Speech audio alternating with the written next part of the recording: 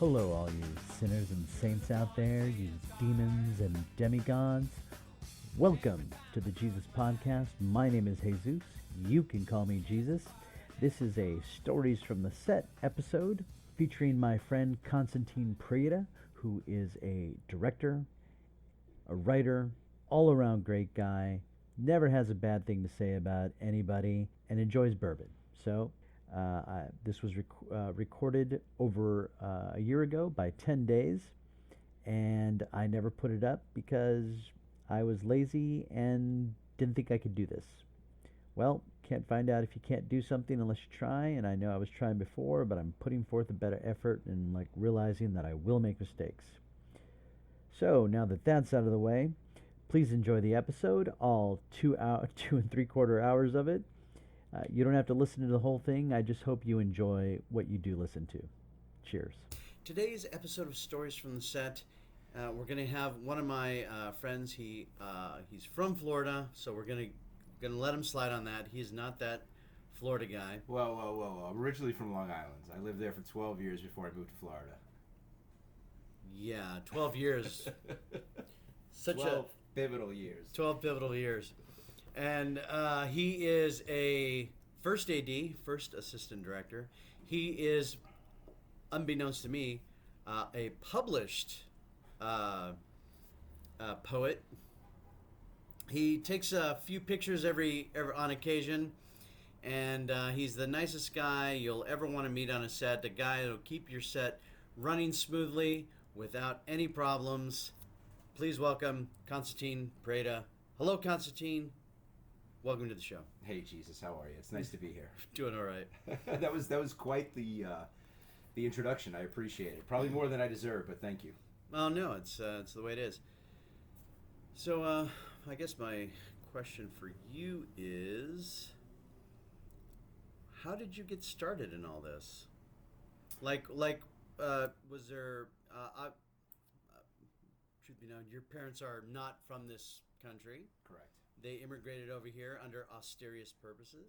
I mean, they had to leave, right?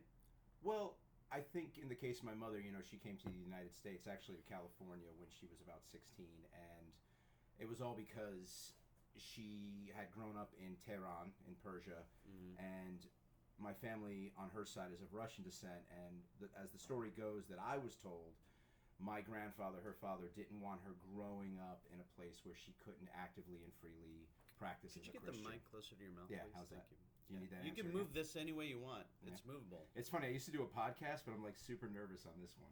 Okay. It's because you're not the one answering the questions. Yeah. Right. I'm not asking the questions. Right. But yeah, so basically, my mother immigrated to the United States when she was 16, and my father defected from communist Romania in his 20s. Mm-hmm. Okay. So, and then obviously they must have met here somehow. Yeah, they actually met in Manhattan. Okay. If I'm not mistaken. So you're in what they call the melting pot of the United States? Isn't that what they? I think so. First generation born United States citizen. When people ask me, what am I? I'm an American. I was born here. I'm proud to be an American, and I'm of Russian and Romanian descent, technically. Well, that's fantastic. I'm glad you're here. Thanks, man. It's good to be here. You made a long journey. What's the name of your podcast again? Well, I have see, that's the thing right now. I like personal Jesus. I started off as Stories from the Set because my friend says that's a great idea, and it is a catchy name, Stories from the Set, but it's difficult for me to get people from the internet entertainment industry because we all have such, we're freelancers, so we have such problems like scheduling together because hey, we're on that day, but you get that call and it's like, hey man, I need you for a week and it starts on Monday. Obviously you're not going to come to my free gig, right? Yeah, it's tough as I've been a freelancer I've been in the business 20 years. I've been a freelancer probably 17 of those years. I was a permalancer with Nickelodeon way back in the day from 2000 to 2003. And I literally just tried to get triple booked by 3 different clients for next Tuesday, and it's like, why can't they just spread out? Why can't it be like Tuesday, Thursday, Saturday? And if it was like spread out that way, then I could work for all 3 clients and make more money and accomplish more projects. But sadly, it's feast or famine in this industry, Yeah. and it's always unpredictable. It's hard to get people together. So, what sparked your interest into getting into the? I don't know. Can we still call it the film industry, or is it now just plain like the entertainment industry? But it's Yeah, I think when it comes to movies, the term film has just become a blanket term to represent both film and video. I do think that certain kudos and recognition must go to like films that are still being shot on celluloid. That is a whole different process. It's actually how I learned when I went to film school. They teach you on film. You load film into a mag. You put it on a camera.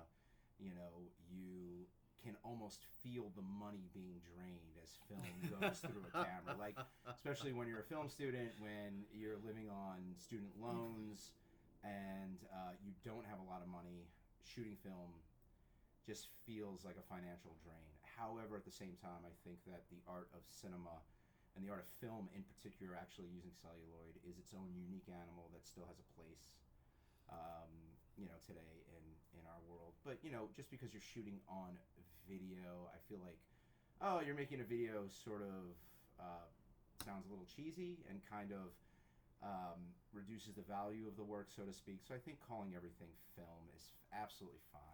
We don't need to get hung up on like okay terms, you know what I mean? So yeah, we can call it the film industry, sure. Just long answer. That is a long answer. But that's okay. That's okay. It's colorful. It's well thought out. So what got you started? What was that? That's what I need to do. When I was a kid, I was a latchkey kid. I used to go home after school all the time, where my parents were still at work. Both my parents worked 2 jobs each. Wow.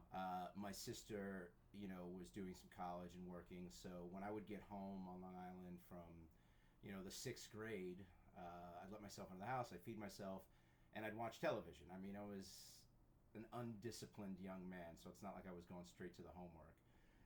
And cable was starting to make an indent in the way we viewed television. Back then we had 5 channels on Long Island. We had ABC, NBC, CBS. We had PBS. Oh yeah, and we had a couple of affiliates, WKRP and WPIX. So there wasn't a lot of selection. So when cable came around, Wait a second. WKRP, no TV show. no, WPIX and WOR.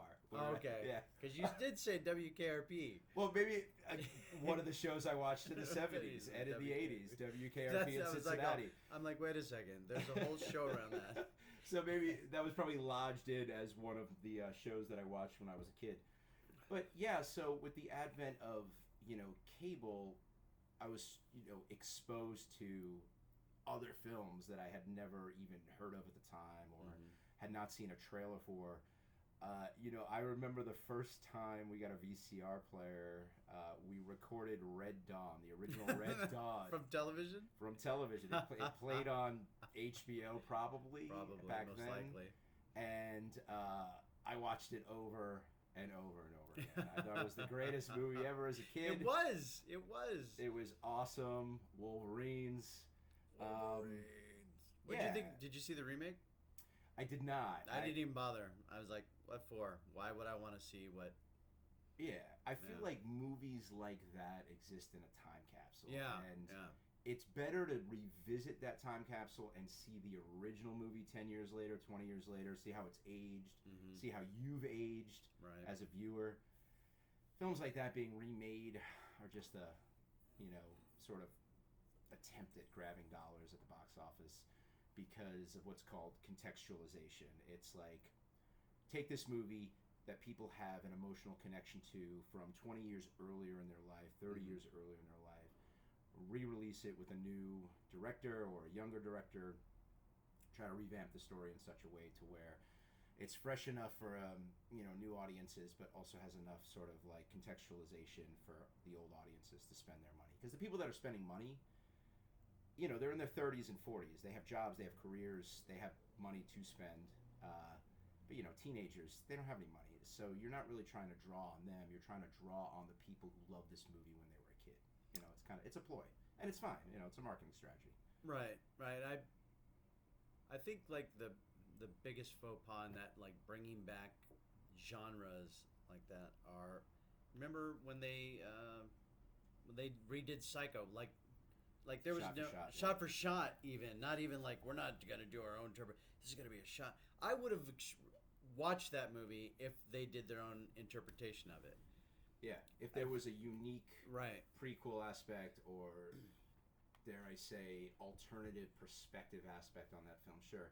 You know, I think with Gus Van Sant, who directed that picture, you know, there's this feeling that in order to develop your voice as a filmmaker, you walk in the steps of previous filmmakers you admire.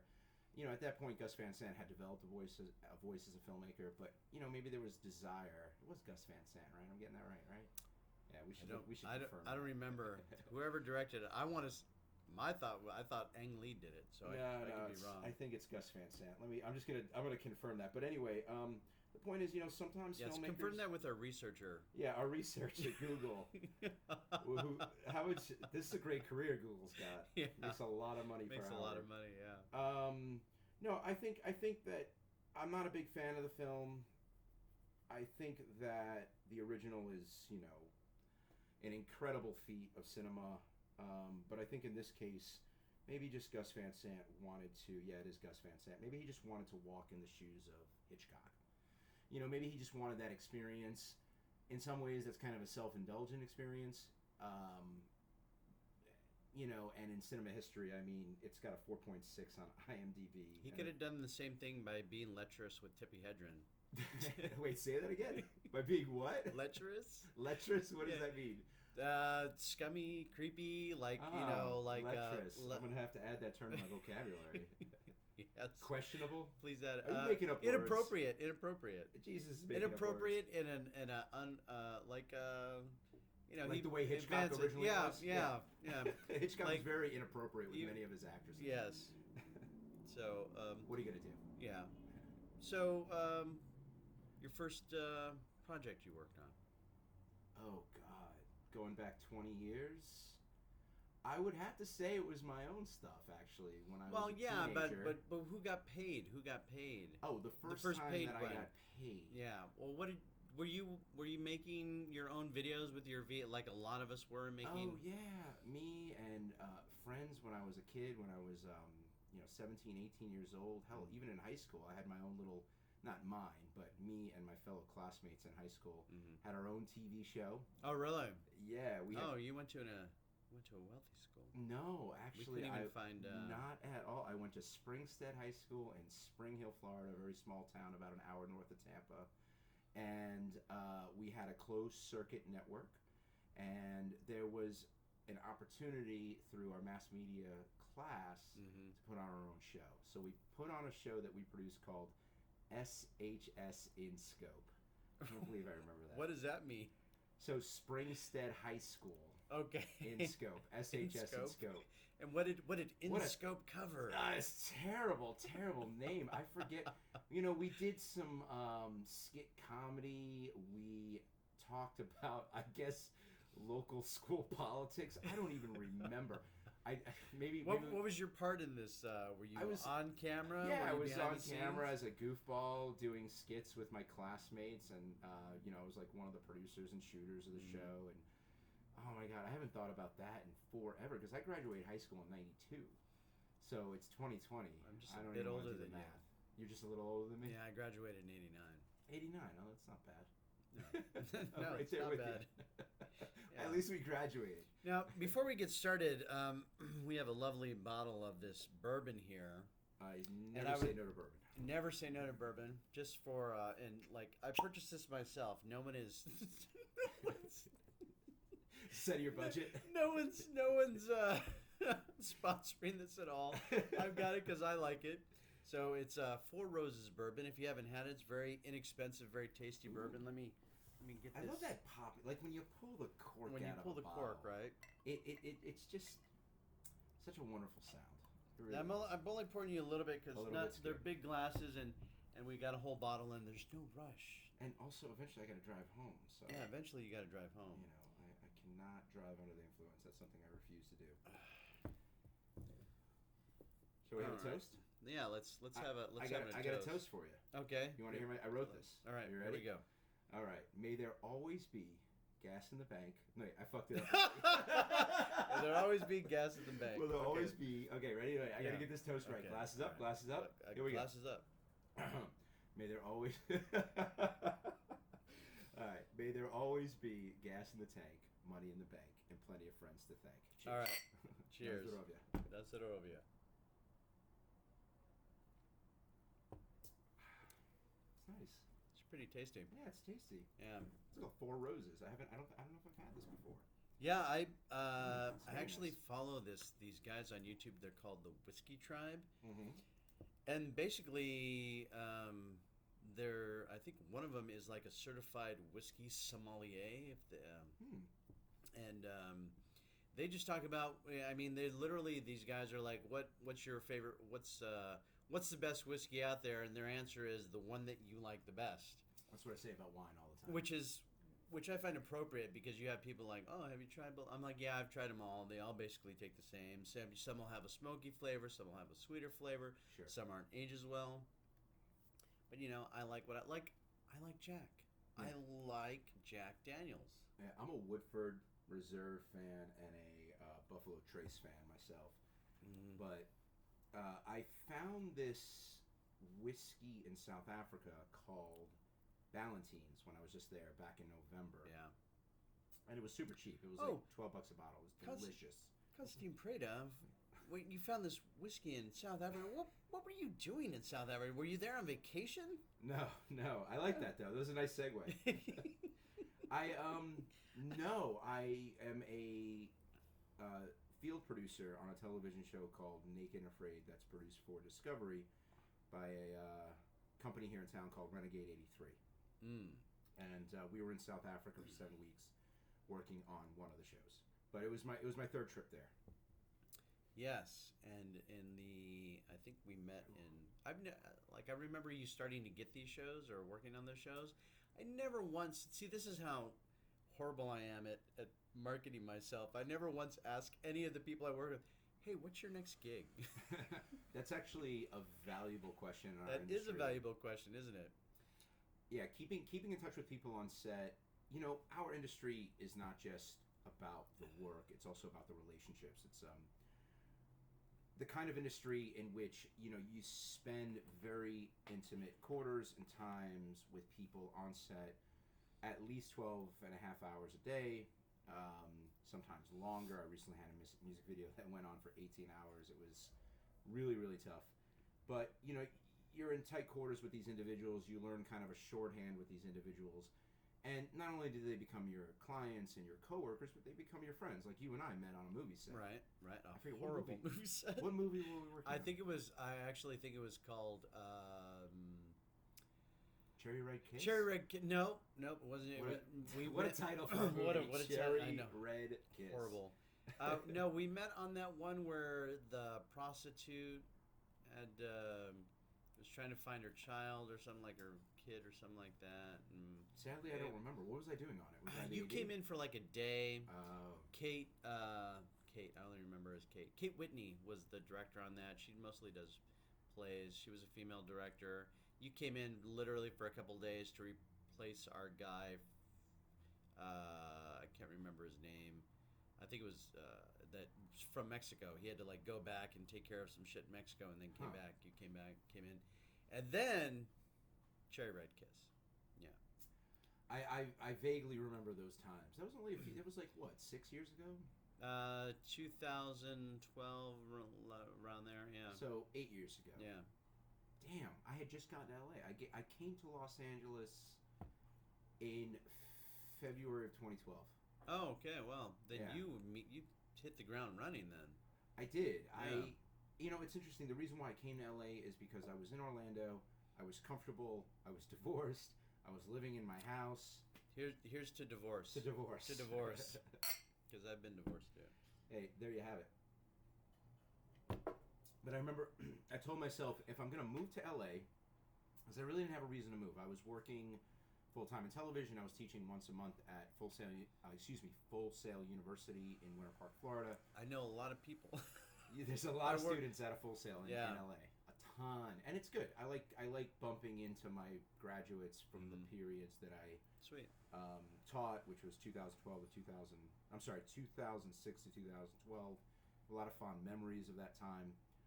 But yeah, no, I told myself if I'm gonna do this at age 37, 38, whatever it was, I said it's a little late in life to be making kind of this move, but at the same time, fuck it. I roll the dice, see what happens, find out what it's like out on the West Coast. And so me and my very good friend Jason Blanchard, Who I worked with. when did you work with Jason? I worked. Wasn't that? Isn't that the guy who we worked with at that big huge White House? That No. no, then I did not work with him. No, you did not. Did not work with Jason. Lies. I tell you. Because I know that you brought somebody. You came. You seems like you came with about 5 people out here. No. I came out here with just one person, just me and Jason. Jason's married, has a wonderful daughter, lives in Maryland. Great guy, very intelligent, very creative, marketing genius. And he's like, I'm gonna go to LA for 6 months and just cut my teeth and see what happens. And I said, fuck it, can I go with you? He's like, yeah, sure, why not? That was literally the whole conversation. Yeah. That was in November of 2011. By February 2012, we're driving out here. And so I told myself, if you're going to go to LA, then go to LA and hit the ground hard and hit the ground fast. And so I immediately started lining up music videos that I wanted to direct. And I had never directed a music video before then, which is late because, music videos are being directed by teenagers and 20-somethings. Right. For someone who wants to do that, just like you, how did you go about finding that information? Did you already know people out here? No, negative. I basically started, I love live music. I love concerts, and I just started going to all these little local venues, trying to find bands. And the first band that really struck a chord with me was a band that was called Sad Robot. Back then, they're in a new evolution now where they're called Holy Wars. I cannot speak right now. Back then, maybe you need some more bourbon. I think I need more bourbon. Actually, I'm gonna. Well, no. I gotta drive, so it's good. You can't have 2 drinks within an hour period. No, I'm just trying to sound sensible for the radio audience. You're doing a fine job. So basically, no, I met this band, Sad Robot, fronted by this wonderful lead singer named Kat, who you know. I feel like you've met Kat at a show, or I've dragged you to a show, maybe. I've never been drugged to a show with you. No, well, that's gonna change now that I know that. And basically, I just started talking to her because I heard their set, and I was blown away by the guitarist, and I loved her voice. And so, a couple of months later, we made a music video. And then after that, I just kept directing music videos over, as many as I could. I haven't directed that many in LA, maybe about a half a dozen or more. And I assist and direct a ton of music videos. So let me get this straight, Constantin Preda. Preda? Is it Preda or Preda? Preda. Preda. Close Whatever. Constantine, or C. We do call you C on set. You came to Los Angeles. Who did you know? I knew a lot of my graduates. Sorry, Okay. I'm pouring whiskey. Yeah, against pouring my whiskey. better judgment. I knew a lot of my graduates from Full Sail. Okay, so you didn't know anybody who was I can hire that could hire you right off the bat and get you a job. Well, I knew people, but I didn't ask any of them for help. Okay. I knew my wonderful friend Alicia, who actually got me my first producing job in Los Angeles with House Hunters for HGTV. Yeah. She found that I was in town. She knew I was looking, and so she hooked me up with an interview, and then I produced House Hunters 16 episodes in a year. Oh, okay. So no, I did know people that I had gone to film school with, Right. like Alicia. So use those film school contracts, people out there. Well, yeah, I think it's the Contacts. important thing is to let people know that you're looking. Yeah, you got to be on their radar, right? You got to stay on their radar. You got to use social media, text messaging. I like the old school phone call. I like the old school get together, like we're doing right now. It's just letting people know you have a passion, a drive, and enough skill to get the job done. And it's makes a good impression to them that you got here and you didn't ask them for help, but you're actually going out to find bands who don't know you, right? Pretty much. To hey, you need you want to shoot a music? I'll shoot it for you. Yeah, and it's funny. I had not directed a music video before then, but I had been working working in production since 2000, and it was already 2012. Mm-hmm. So I had 12 years under my belt, and I had ideas. And I think a lot of times as a director, when you strike a chord with like the lead singer of a band, or you strike a chord with the band, Mm-hmm. I think that carries more value than, in some cases, than having like the most amazing reel ever. Sometimes a strong idea and a good personality, and leading with kindness and letting them know that they're in good hands, Mm-hmm. that goes a long way. Yeah, I just kind of learning all that myself because of things that I'm changing in my life. Yeah. And yeah, I've got my own little thing going with a gaming store where we're gonna produce like these videos of this card game that they play called Magic, and various other card games. Yeah, Magic the Gathering. Magic the Gathering. We're just gonna make that, and we're gonna put our own twist on it, and see how well that does, and how well that does, and like see if we can't build something out from there. And what I like about it is like we've had one meeting. And it was like oh, what do you think of this? What do you think of that? What do you think of that? But at the end of the meeting, we all kind of came to a consensus of an idea. Let's start small, work our way out, and see where it goes from there. Because we have an offer for sponsorship right off the bat, so we're kind of excited about it. And that's what it's all about. And that's just about hanging out with people. You know what I Right. mean? And it's very important. Like now, as this is my cat, Chloe. Hey, we're getting visited by a cat. Hi, Chloe. Has Chloe made a few appearances on these podcasts? Yes, people reference her when she's on the couch or something. Chloe. Like Chloe is an adorable cat. What are you doing? She's a little. She's polydactyl. She's a little shy. Aw, polydactyl shy. Oh. Yeah, she's got extra digits. Really? How many? Like 6? Wait, is this a Hemingway cat? Yeah, it's a Hemingway cat, basically. Seriously? Does it have 6 toes per paw? I think I know her front paws look like mittens. So What? yeah, if you were to see her paws, you would see like the extra digit. Yeah, That's amazing. I'll show it to her when Evolution. we're done. Neat. Show me your cat. Show Show me you. your I'll show kitty I'll one show more you my time. pussy. Oh, he went there. Yeah, I did Oh, go there. I feel so uncomfortable all of a I sudden. know. I'm gonna Do you drink- feel triggered? I'm gonna Do you feel triggered? another toast. Another toast. The things revealed that make us uncomfortable. Mm-hmm. And now like I'm actually going out and supporting friends, and I find out that through the supporting friends, which I think we all need to do, going to that, that one, hey, I've got like this my short showing and blah blah, and I find that like it's a networking thing, it's a little bit of my time, but it's gonna be work down the line because Right. he's gonna remember, oh, this is the guy who always comes to my thing, and that's something I never did before because I was so jaded, and I came from working in these fabulous companies that were kind of like handed to me on a silver platter because I didn't have to do anything to get them, just interview, and then it spoiled me, and now I'm like gonna be 50, and I'm like, I don't like where I'm at. What am I doing different? So I'm like taking my whole plan that I had before and just like flipping it backwards. And it's only January, and I'm busier than I've ever been before. Well, that's good. I think flipping your entire life and your entire career upside down and trying to figure out what it is you want to do with your life, even after you think you figured out what Right. it is you want to do with your life, is good. It's beneficial. It keeps you Yeah. on your toes, and it keeps you alive. Yeah.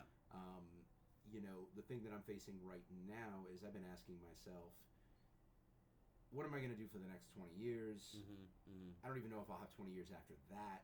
Right. So it's like, I'm not the happiest person on the planet, but I generally have sort of a happy demeanor.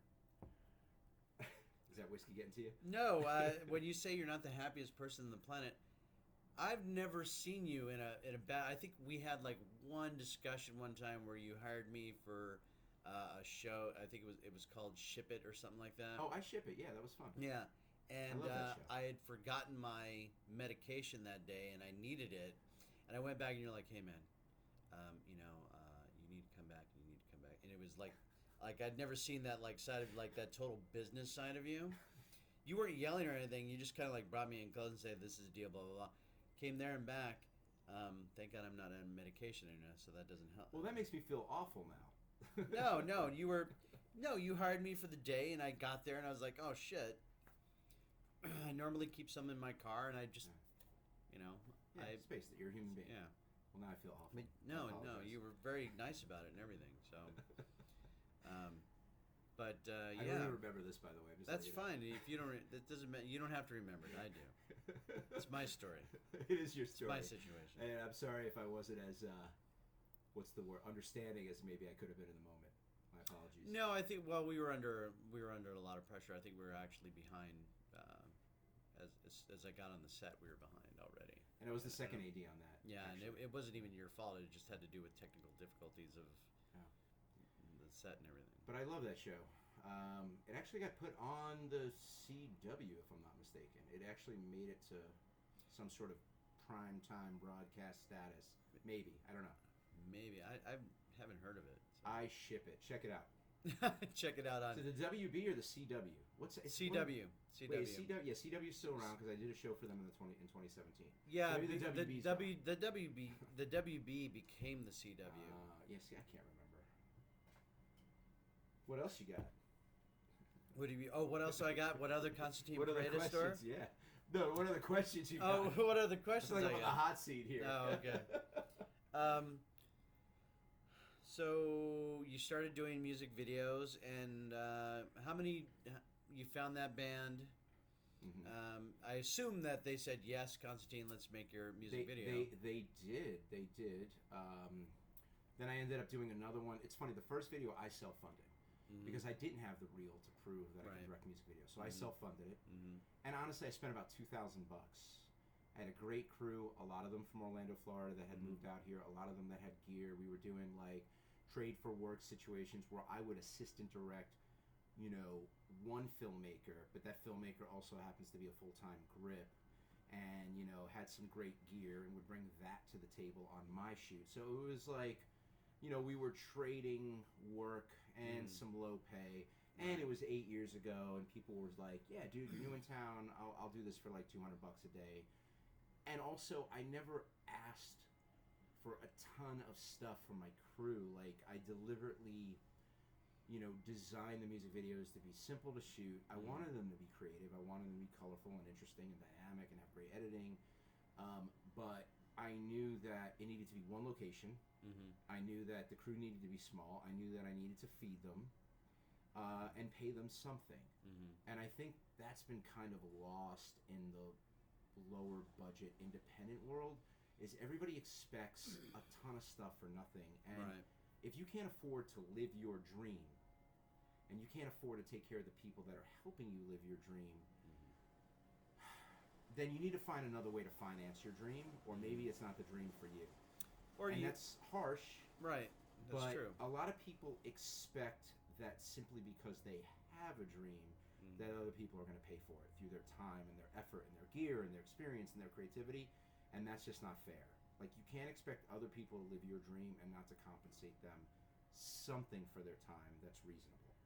That's because you're going to be out there for like 12 hours. I mean, at least. Yeah.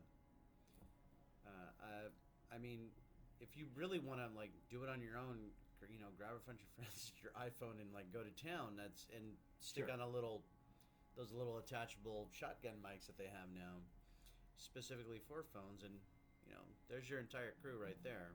Yeah.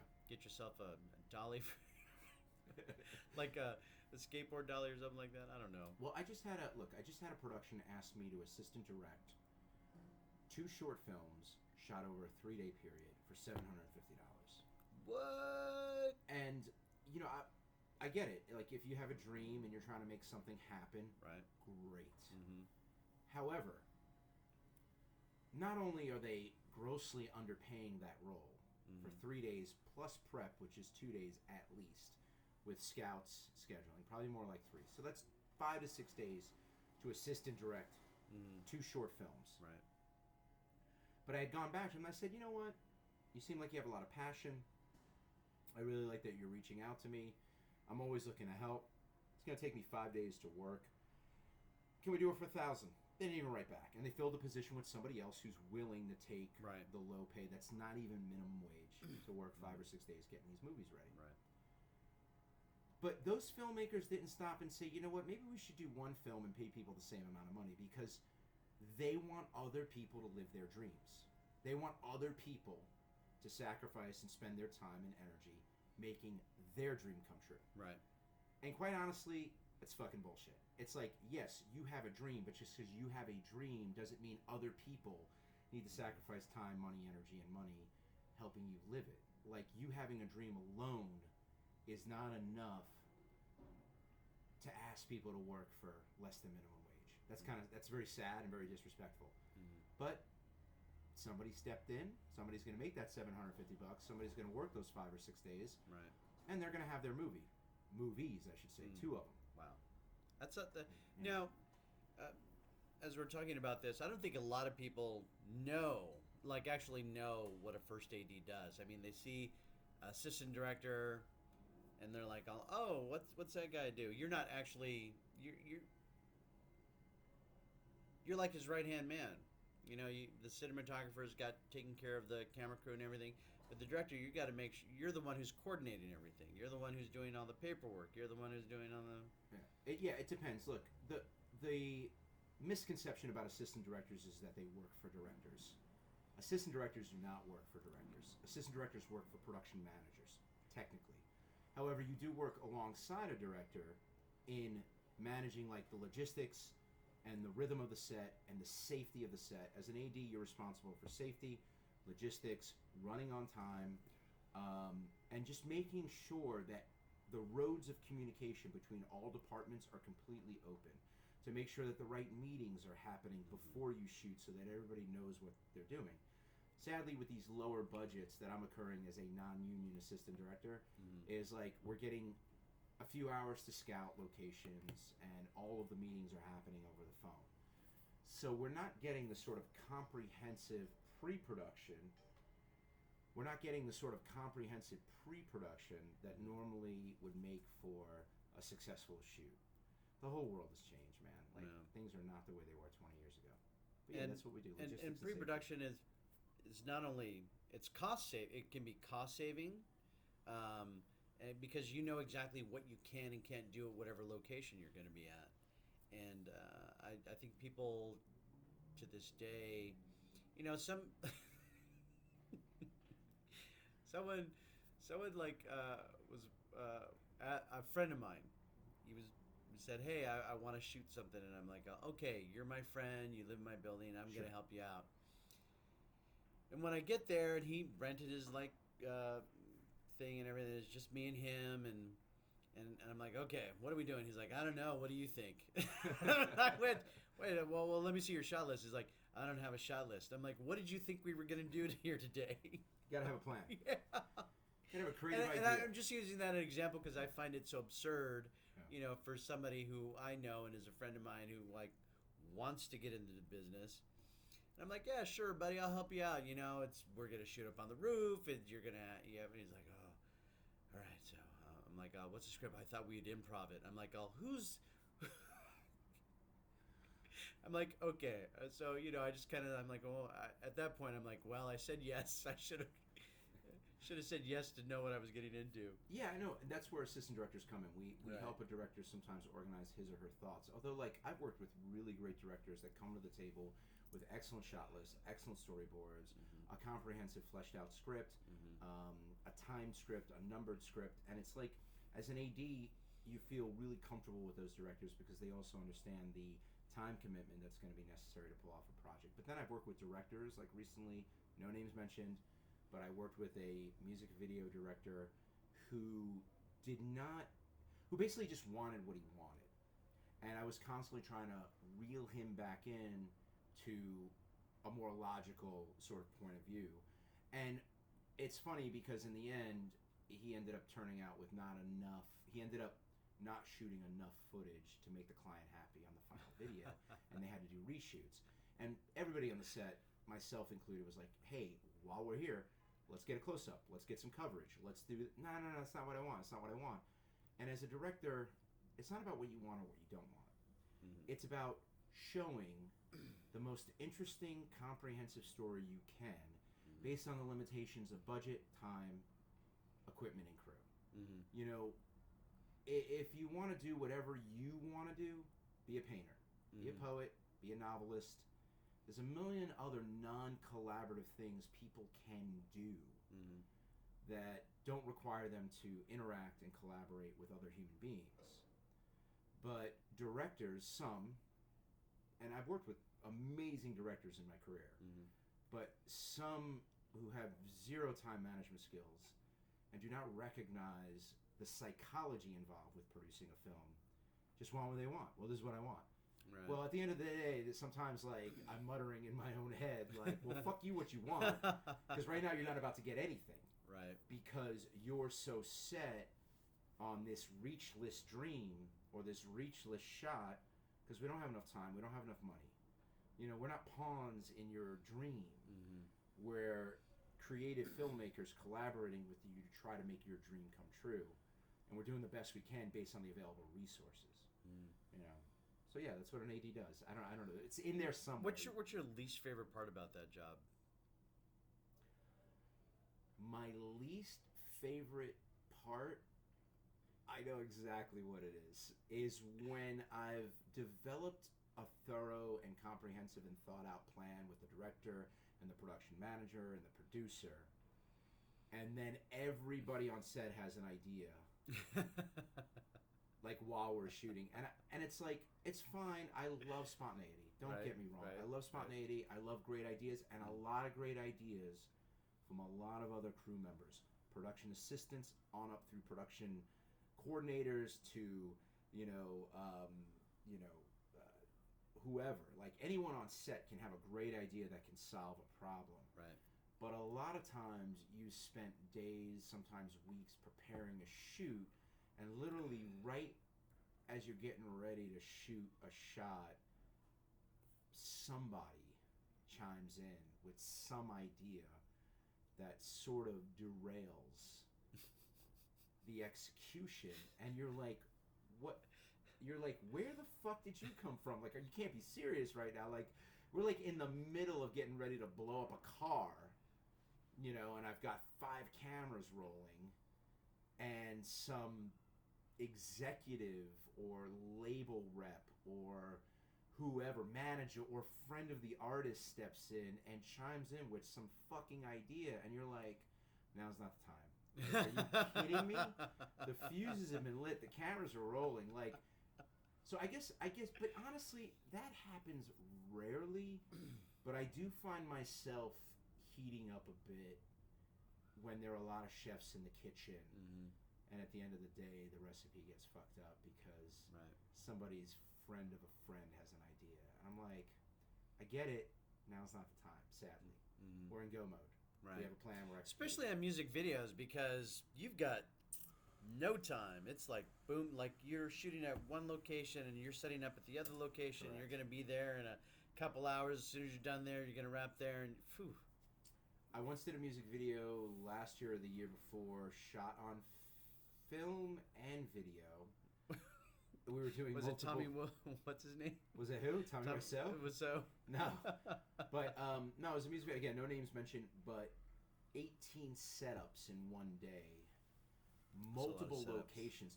Well, of the 18 quote unquote setups, you know, there was probably a good 10, 12 locations. Now, granted, some of those locations were located at an intersection, so we would shoot on 4 different corners in an intersection with 4 different backgrounds, you know. But we didn't have overtime and we didn't have a meal penalty that day. And I was impressed at the fluidity of the crew and the director. And we butt heads. And I haven't worked with them since, so maybe butting heads wasn't the best. But I kept the train rolling, and I kept the train rolling on time. But then I just did another shoot, which didn't have as many setups, but it was extremely complicated from an art direction standpoint, and the art department was incredible. They were fucking amazing. But the director was sort of like, had his heads in the clouds, and ended up becoming this really long day. And it just surprised me that in my 20 years, I rarely have overtime and I rarely have meal penalties. But this year, I've had 2 music videos that have had meal penalties and overtime, and I'm questioning my ability as an assistant director.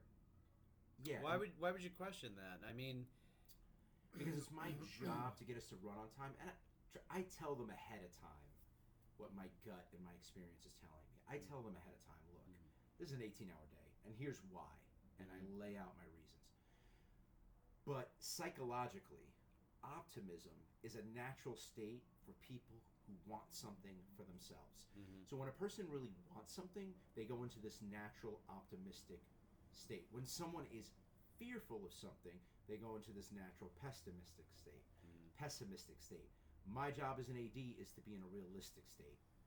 Here's what it's going to take to do it based on my experience. A lot of people ask me, well, what makes you a good AD? Experience, time, an internal clock that you develop by doing it over and over and over again. You build muscle memory to do this job. Yeah, I think when I'm on set, I'm always just to give you an example. My work part-time at the Saban Theater on the crew there, and I've hung lights, I've done whatever, I've done all this thing, but I always defer to somebody, no matter what their age, who's got more knowledge than I do, and I don't have a problem with it, because I learned you learn, like, hey man, you don't have all the ideas, but when someone comes up to me and says, I want to do it this way, I'm like, well, it's gonna, and it's like, yeah, but this is the way I want to do it. I'm like, okay, we'll do it your way, and I just kind of move on, and then if it hits him in the face, I'm like, well, that's how he told me to do it. You know, I didn't argue with him. I tried to give my 2 cents, but he didn't want to hear it. Move on, and that's the way it is. That's the way I try and like do the thing. I refer to the people who I know who know more than I do. Sorry to cut you off there. I got to feed the meter. Okay. Can I go do that? Yeah, there's. You want to pause? Yeah, I'll pause it. I'll head down. We're now paused, but no one will ever know it. Okay, through the magic of digital media, we have returned. I kind of forgot what we were talking about. We were talking about just assistant. Oh yeah, assistant director shit.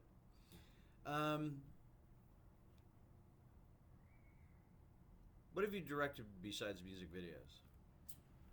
Well, in film school, I directed films. Of course, we all directed something. Music videos, shorts. What's the longest project you've directed? I would have to say in the world of like travel and reality television. I've had to direct recreations for Expedition Unknown on Discovery, which I love doing. I love it. I love that show. Yeah? I loved it for a while until I like realized that dude was just like, I'm like, dude, now you're just trying to find something to be interesting, you know? You can only research so many things of that type of world, you know what I mean? It's got a finite. I don't know, man. I feel like they do a really good job. No, they do a really good job. I was fascinated by all the places he would go and not find anything. But sometimes it's about the search. You know? Yeah, and I get it. things you learn along the way. Like, if you're going to do an episode about the burial of Jesus Christ, it's going to be almost impossible to discover that. But the journey itself is a discovery, and along the way you learn about the history of Christ, and you learn about the potential places of the burial, and you learn about a culture and the food. So the show isn't just about the actual discovery that it sets out to find, but it's about the experience and the journey and the things learned along the way. It's very similar to what Anthony Bourdain did when it came to food and culture and people. With a show like Expedition Unknown, you know, I love the show because it is about the journey. You know, it's about that experience. And I think what got me in is like the host was he was really likable. He's very likable. Yeah. Josh is a good guy. Yeah. And that's what I liked about it. He's like, what we're going to do is we're going to go. Yeah, he's a very intelligent Yeah. human being, and I assume he has a very high IQ. He's very knowledgeable about history and archaeology, and it was a pleasure working on the show. I loved it. Is he like an actor, comedian, or is he like, what's his background? Just out of curiosity. Well, I think he's an explorer. Oh, really? Yeah, I feel like he's an explorer. That's what he is, you know, and you know, every episode is about exploration, and so he's a good fit for it. Yeah, he really is. I think they picked the right guy because he wasn't like when I watched it, I never thought he was like a woo woo kind of guy. You know what I mean? Yeah. Like he had a level head to him. Absolutely.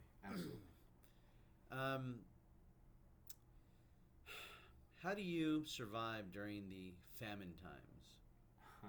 Because like it's just the way this business is. Sometimes we're busy as shit, and then it's like no one's got anything.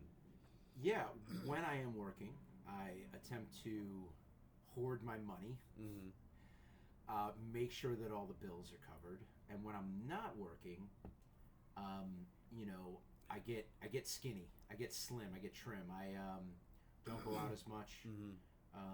I also spend time reaching out to my clients, reaching out to people that I know in the industry. I'm in probably a dozen Facebook groups that cater to either assistant directing, producing, or crew, and it's places on Facebook where people are always posting job opportunities. So when I'm not working, I'm still working. Right, and just so people could get an idea of like how often are you on the phone? Just not so much like doing business, but keeping in contact with those people who like have the possibility of getting you that job. It's not just like, hey man, when's your next gig? But it's like you need to have like a personal relationship, right? Yeah, I agree 100%. Again, this industry isn't just about the work relationships, but it's also about the personal relationships. A lot of people that I work for, we have a good time doing what we do. We have a good time producing content. We'll spend time together when we're not working, hanging out, doing a podcast, or getting dinner, or seeing a movie. And then I hope that if there's any impression that I make on anybody, it's that I don't want to just use them to pay the rent. Right. I like people, and I like socializing, and I like interacting with people. And if I meet somebody on set, whether they're my boss or my second AD or a production assistant, I don't care what your title is. What I care about is, do we have a connection? Do we interact well? Is there joy in the relationship? And there's tons of people that I still work for that sign my check that I'd also love to just get a beer with and hang out and catch up and talk movies or politics or music or whatever. Right. So I think the key to this industry is understanding that it is a work industry, but it's also a social industry. Yes, and I think for just for me personally, a very long time, I wasn't part of that social aspect of it. Right. And now that I've done a 180 basically, it really seems like you're trying to change your life here, or you are changing your life. I'm interested in that. Well, here's the thing, like drug addict for years. I still, even last year, I had bouts with my meth addiction, but wait, this is something you're comfortable talking about? Yeah, this is something I'm comfortable with because it doesn't matter. I still had bouts with it, but the more this is going to kind of sound kind of preachy, which is not what I'm. But the more I've gotten into psychedelics,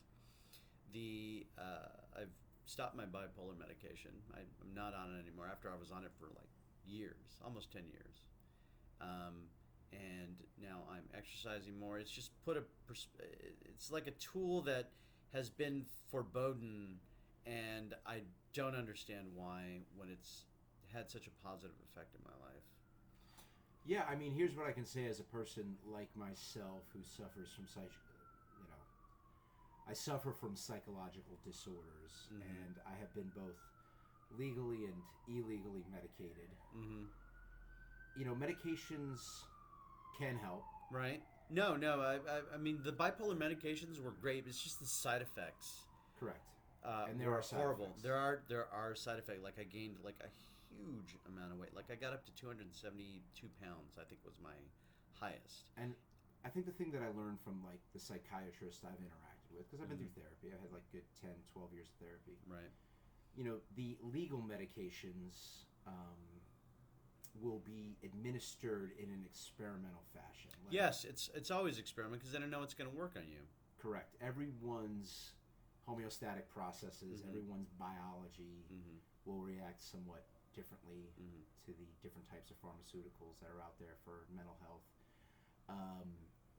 But at the end of the day, the basics still help the most, in my opinion, which are exercise, proper sleep, a true education into your psychological issues, a willingness to discuss it in an open way in which you overcome embarrassment and shame. There's a lot of shame with psychological disorders.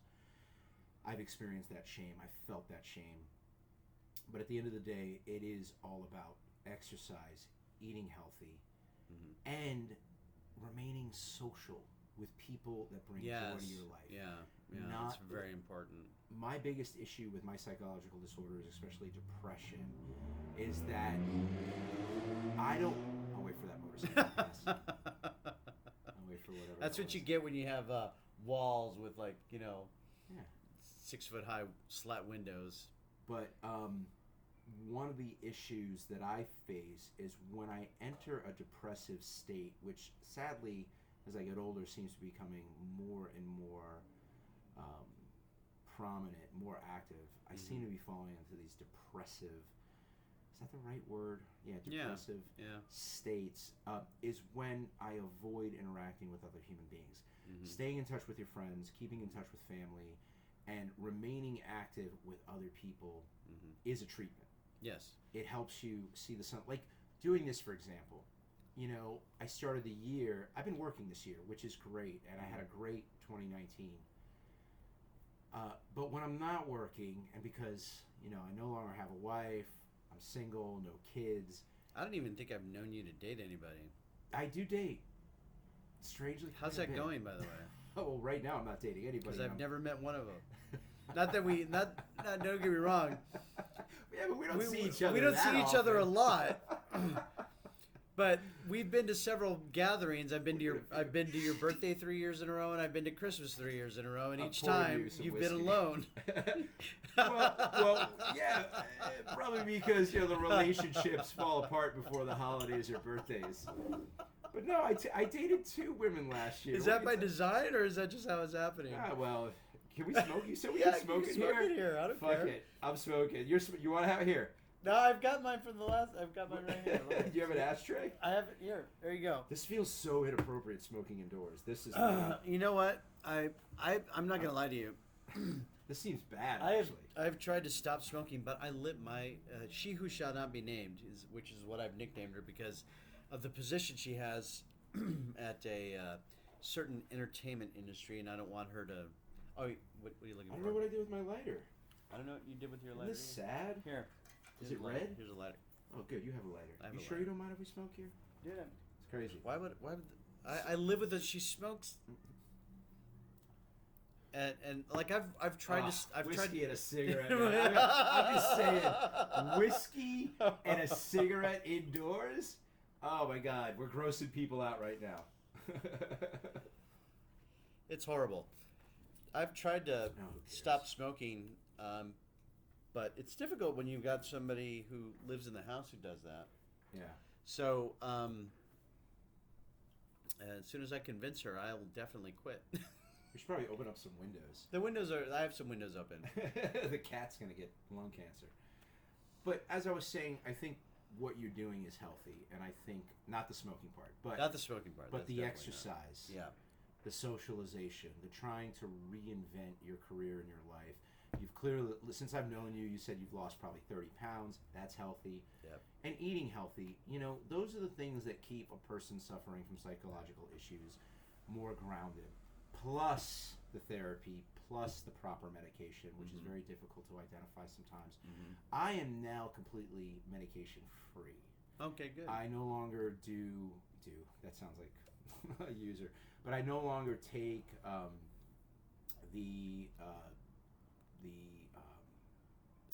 medications that my doctors were prescribing, my mental health doctors were prescribing, because I feel like I'm at a point in life in which I've gotten mentally more stable, I've gotten more emotionally intelligent, and I have a healthier outlook. Don't get me wrong, I still have my bouts of depression and anxiety and all the things that keep me in my apartment from, seeing daylight at weeks at a time sometimes. That still does occur, but My feel suggestion: microdosing. I smoke weed. It's legal here in the No, United States. microdosing LSD. Oh, LSD. Look, I know. I've never people, done LSD. I know. People are. Don't get me wrong. It's a powerful drug, but if you take I get these gels, and if I cut up these gels and I take a little bit of it every day, I'm not seeing, but I'm not gonna lie to you. I've never been more creative, responsible, on top of things in my life. And this is coming from a kid who was diagnosed with ADD, ADHD, depression. I mean, you've seen psychologists, I don't know for how long, but I've seen psychologists since junior high school. Wow. Longer than me, for sure. Longer than you. And to see what's happened to me in 2 years, in my past life, it's such a dramatic difference. And I'm not saying it's for everybody. I'm not saying but you've tried everything else.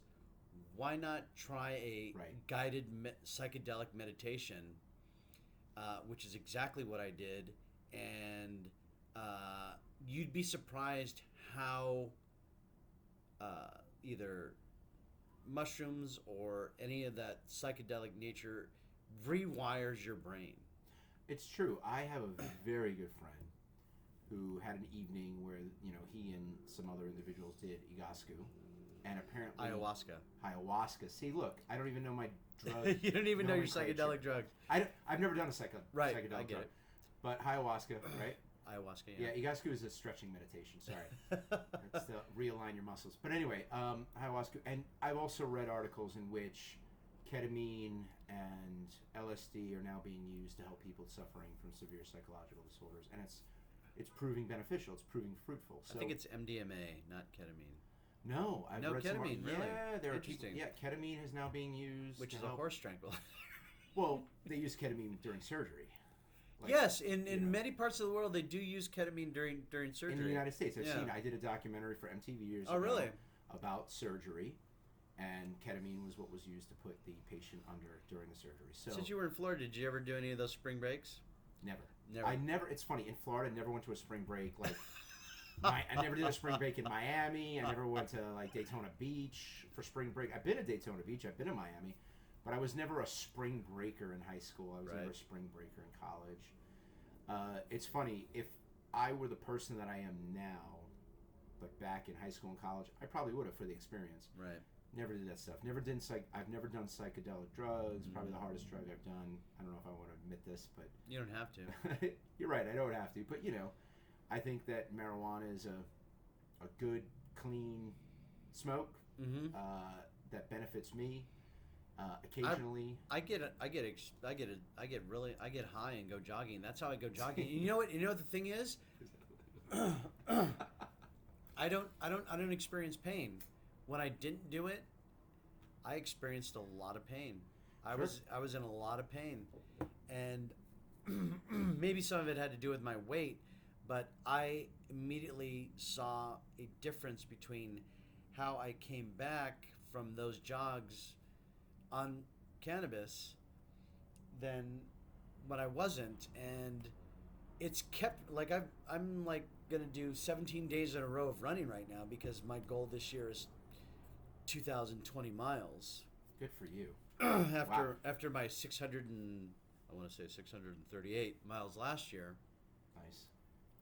So and I'm for the first time in my life I'm making goals for myself that not only am I achieving, but I'm doing better than the goals I'm setting for myself. Yeah, I know a lot of weightlifters that smoke marijuana, and it actually helps them with their regimen. Right. Look, at the end of the day, we're human beings. A lot of these things come from plants. Yes, there is a dark side to drug use that can lead to addiction. Yes, I've been there. I've been to that dive from 2000 all the way from 99 from 99 to 2008. I was a daily meth addict. Daily. I'm sorry to hear that, man. Yeah, and I never want to go back to that. And I think my bouts with methamphetamine were like a crutch. Like I don't know if I can get up and do whatever I need. And I realized like last year, at the end of last year, I'm like, I don't need this crutch anymore, you know, and that's good to know that I don't need it. And I think Would I ever do it again? Maybe, but it's not something like I feel like I have to have. And I think that's an astute observation and recognition on your part. Look, you know, we're human beings. We're susceptible to all kinds of addictions. It could be food. It could be sex. It can be work. It can be relationships. It can be drugs. It can be a million things. As a human being, we're very susceptible to becoming addicted to a behavior or a substance. And the reason why is it feels good. You know, dopamine feels good. Right, obviously. You know, when you release those chemical compounds in your brain that make you feel better, then you want more of it. Mm-hmm. However, they can be extraordinarily destructive to our livelihood and to our productivity and to our relationships ultimately our relationship with ourself. A lot of chemically derived drugs can affect us so negatively that we don't even recognize the person we are one day. Oh, yeah, totally. So that's something I've never gotten into. The strongest thing I've ever done is probably marijuana. But I don't frown upon anyone who's had those experiences and is even going through those experiences because they are a human being. Mm-hmm. They're this organism that responds positively, you know, to these chemical reactions. And sadly, the way our brains have evolved is, you know, we just want more and more and more. And that's the part that scares me, because then it's no longer a relationship with yourself, it's a relationship with a dangerous drug. So, you know, I grew up very strict. So did I. I grew up in the Catholic Church with a very conservative, in a very conservative family. And I grew up in an Eastern European family and in an Eastern Orthodox family. It's a very strict religion, and my parents were very strict. So, you know, I didn't really drink until I was in my 20s. I didn't smoke cigarettes until I was in my 18, 19. I didn't smoke marijuana until I was 31. You know, and I'm 45 now. And you know, maybe that's a good thing, because they say the younger an individual starts with any kind of drugs, even alcohol and tobacco, the more likely they'll become a long-term addict, and the more likely they'll have a destructive life. So maybe that's a good thing for me. But for me, the best thing that gets you high is exercise, and relationships, and love, and peace, and meditation. Oh yeah. And so that's where my life is going. Yeah. Is like I meditate more than I ever have when I was younger.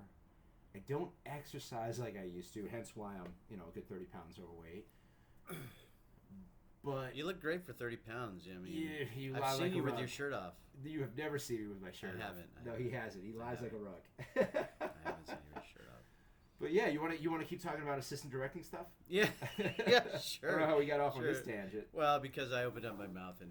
No, I think it's okay. Like, I'm willing to discuss anything, even in a recorded format like this, because at the end of the day, if somebody's going to judge me for my life experiences or my perceptions, well, that's their fault. Like, that's another thing that I've, as I've gotten older, I really care less about what other, and I think that's kind of like what has helped me. Part is like, man, you know, when you start talking to people, when you get to a certain age, you're like, you don't know shit. Why are you know what I mean? Yeah. Like, I love people, like, now that I'm doing what I'm doing, I love people telling me, like, you know what you need to do after I've already, like, jogged 600 miles and, like, now, grant you, during that time, I decided, like, I was going to eat whatever I wanted during that time because I wanted to see what I could get away with. And now that I know, I mean, I did lose weight last year. I totaled, like, 11 pounds. Congratulations. That's a big deal. But for 600 miles, 11 pounds, that's unacceptable, you know, well, for that amount of exercise. Hold on a second. No, it's your success. Everyone... Right. But I realize that I can't just eat whatever I want and continue to lose the weight that I want to lose. Sure, but I applaud your success nonetheless. Well, I thank you very much. Matters, dude. Yeah, it does matter. No, I recognize it's that. In fact, I recognize my failures as successes, you know? And I think that we should do that more often. That, like, yeah, you didn't do what you wanted to do, but you did more than you would have done if Right. you just sat on the couch. And seeing, failure is a educational tool. Yeah, yeah. You can learn a lot from what you perceive as failure, but 11 pounds, whether it's a year or whatever, is admirable, and I applaud you. Thank you. It's funny, you just reminded me of this girl I used to date who once said to me, she gave me the best compliment, I think, in the relationship, maybe one of the best compliments I've ever gotten in my life, and she literally said to me, she's like, "You literally give no fucks." Which isn't true. I do care a lot. I care about people. I care about life. I care about creativity. I care about travel. There's a lot of things I care about greatly. But her point was, I don't alter my behavior because I care about what other people think. Now, people say, "Oh, I don't care about what other people think." I care what other people think. I care what you think. Right. I care what my friends, my sister. I do, because I respect their opinion and I respect their point of view. I have an amazing friend in Florida who's been my friend since I was 16. I mean, can you imagine, like 30 years? Wow, of that's rare. I have a few like that, believe it or I not. lost my friend like that for a stupid thing that I did while on drugs. Yeah, but you know what? You can always patch it up. Yeah. He's Reach not. out to that individual. Look, I know eventually that we're gonna become friends again, but Sure. it's just it is what it is. This happened quite a few years ago, and I can understand why he does not want to be my friend. And we have mutual friends, but it'll come back around. Maybe there's an opportunity for reconciliation given time. Sure. But she literally told me that, she's like, "You literally give no fucks." And I think what she's really saying is, I don't care. Like, I'm still going to be who I am, who I'm comfortable with being. And I don't care if what I'm doing, as long as it doesn't hurt anybody else, if what I'm doing or what I'm saying, if there's some bravery in that, then I embrace it, I guess. But yeah, I found it as a compliment. I'll never forget it. The relationship didn't last. Right. But not because either of us really did anything awful. I just think it ran its course, and she's still a sweet human being. But yeah, I like thinking that even one person out there thought Constantin Preda gives no fucks. And I thought, well, I do care, but I guess I don't care about appeasing people who are judgmental. Right. I guess. Maybe. That's what she meant. I don't know. Yeah, it's. I think one of the bits of wisdom I recently got like a few years ago that kind of like shifted my perspective was, and I don't remember who I said it because it was on some like interview. It was like, other people's opinion of me. What other people think of me me is none of my business. Exactly. I What love other that people saying. think of me It's a great is saying. it's a great saying, and then when you realize that, it's like, yeah. Then it's like you have a perspective like, yeah, okay, so they don't like me. Yeah, okay, so I don't get along with this guy. That's fine, but we got a job to do, and we got to do it. You know what I mean? Right. And if they might not like me, but they have to respect me for my, for whatever reason. And if they don't respect me, that's their problem. It's not my problem, and I don't have to prove anything to anyone. You're not going to make every audience member happy No, every time. no, not at all. So, now that you're coming in towards the latter half of your life, I probably have less years in front of me than I do behind me. right? Yeah, Which is a punch to the gut. Yeah. It's kind of interesting when you think about it.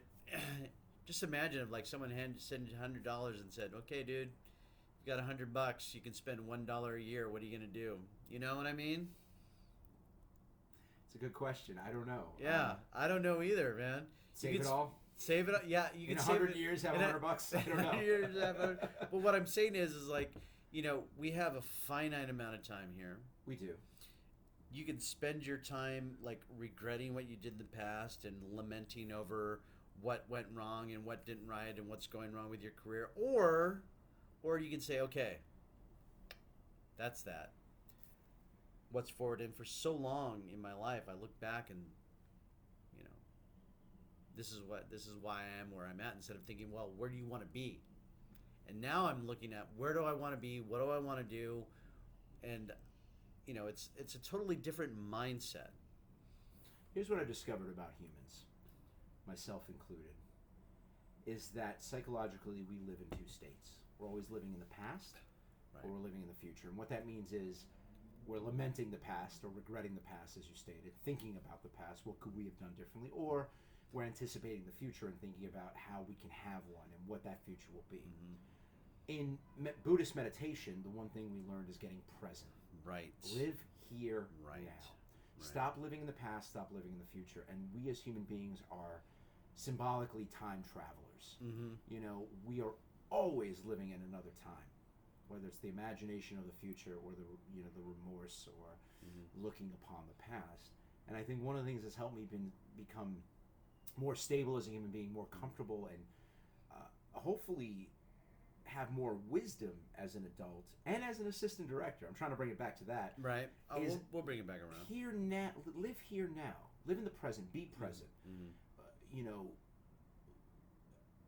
this is the only moment that really matters right now. Right. And that's what I like about my jogging is that when I'm done jogging, jogging is my meditation because I'm listening to my music. I've kind of like have my, and it's a great meditation because when I get back from jogging, I'm so tired. My mind is just like blah, blah, blah, blah, blah, blah. And while I'm at that jogging, I'm thinking of like my plan. What's my plan? What are you gonna do today? What are you gonna do tomorrow? What needs to be done? And I get it. You get that plan, and it's like you've got the plan, and then you're like, oh, well, I have a plan, and then you can kind of like navigate the obstacles that get in that plan, and you're like, okay, well, I'll just do this. Never used to do. I used to like hit a wall and be like, I'm done. Right. And yeah, you got to learn how to overcome the obstacles. Just like on a set, nobody wants to hear like what the problem is. They want to hear your solution. The solution. You know, as a former runner, I ran cross country and track in high school. I actually ran a 6-minute mile. Well, if you ever want to go, No, I don't. You can do it. With the lifestyle that I lead, the food that I eat, and the lethargic life that I've been leading lately, it'd take me a little time to get ramped up. I used to run a lot. I didn't do this overnight. I know, it takes time. You have to build up the stamina. Yeah.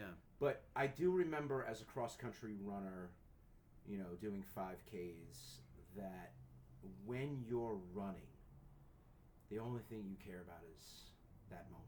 Yeah. Is keeping your body moving. Right. Your legs moving. Right. It is a bit of psychological warfare as a runner, especially a long-distance runner. Mm-hmm. You know, I run about 4 miles a day. That's incredible. Yeah. That's actually incredible. Yeah. And good. Keep doing it. But Yeah. running is a great metaphor for being present. Mm-hmm. Yes. Because the body and the mind cannot waste its energy on anything else but the run. Right. And I think it's good. Keep doing it. I remember doing it, and I remember thinking, and maybe I'll get it back into it one day, but I remember thinking, as a runner, when I was running a race back in high school, or even after high school, I continued running for years.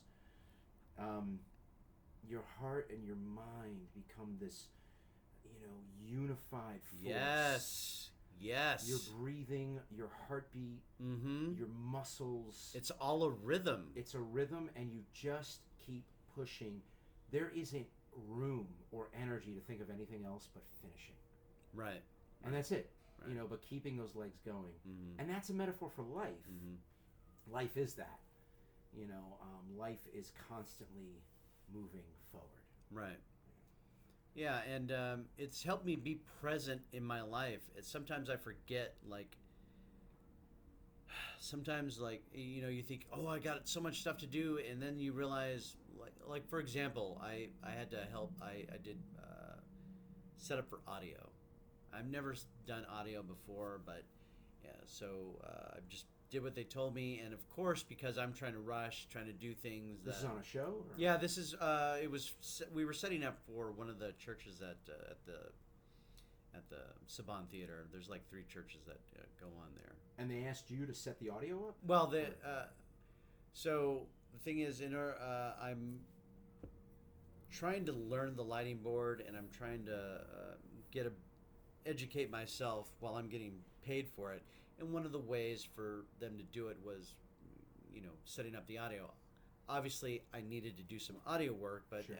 After the end, then I'm like on the board, doing stuff. But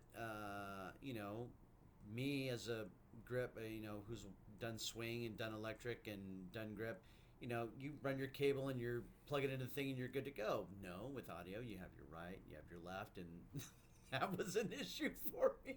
It's a world I know so little about. I know so little about it, and probably something I've never taken an audio class. The only thing I've ever done is held, like the boom for a student thing. So I was like, so this has to go into one channel and that has to go into that, and I was like putting them in the wrong channels. But you learned. But I learned. Now if I go back there, I know exactly what to do and get done, which is helpful if we are ever short for somebody. But any type of it, I do no longer like deny myself an education because I don't want to do something. You know what I mean? Right. So, that's smart. Yeah. So back to Adine. That's so funny. I'm gonna if I can have a segue there. Yeah, that's a good segue. I mean, I've gone off on some tangents here. Yeah, I'm a segue master.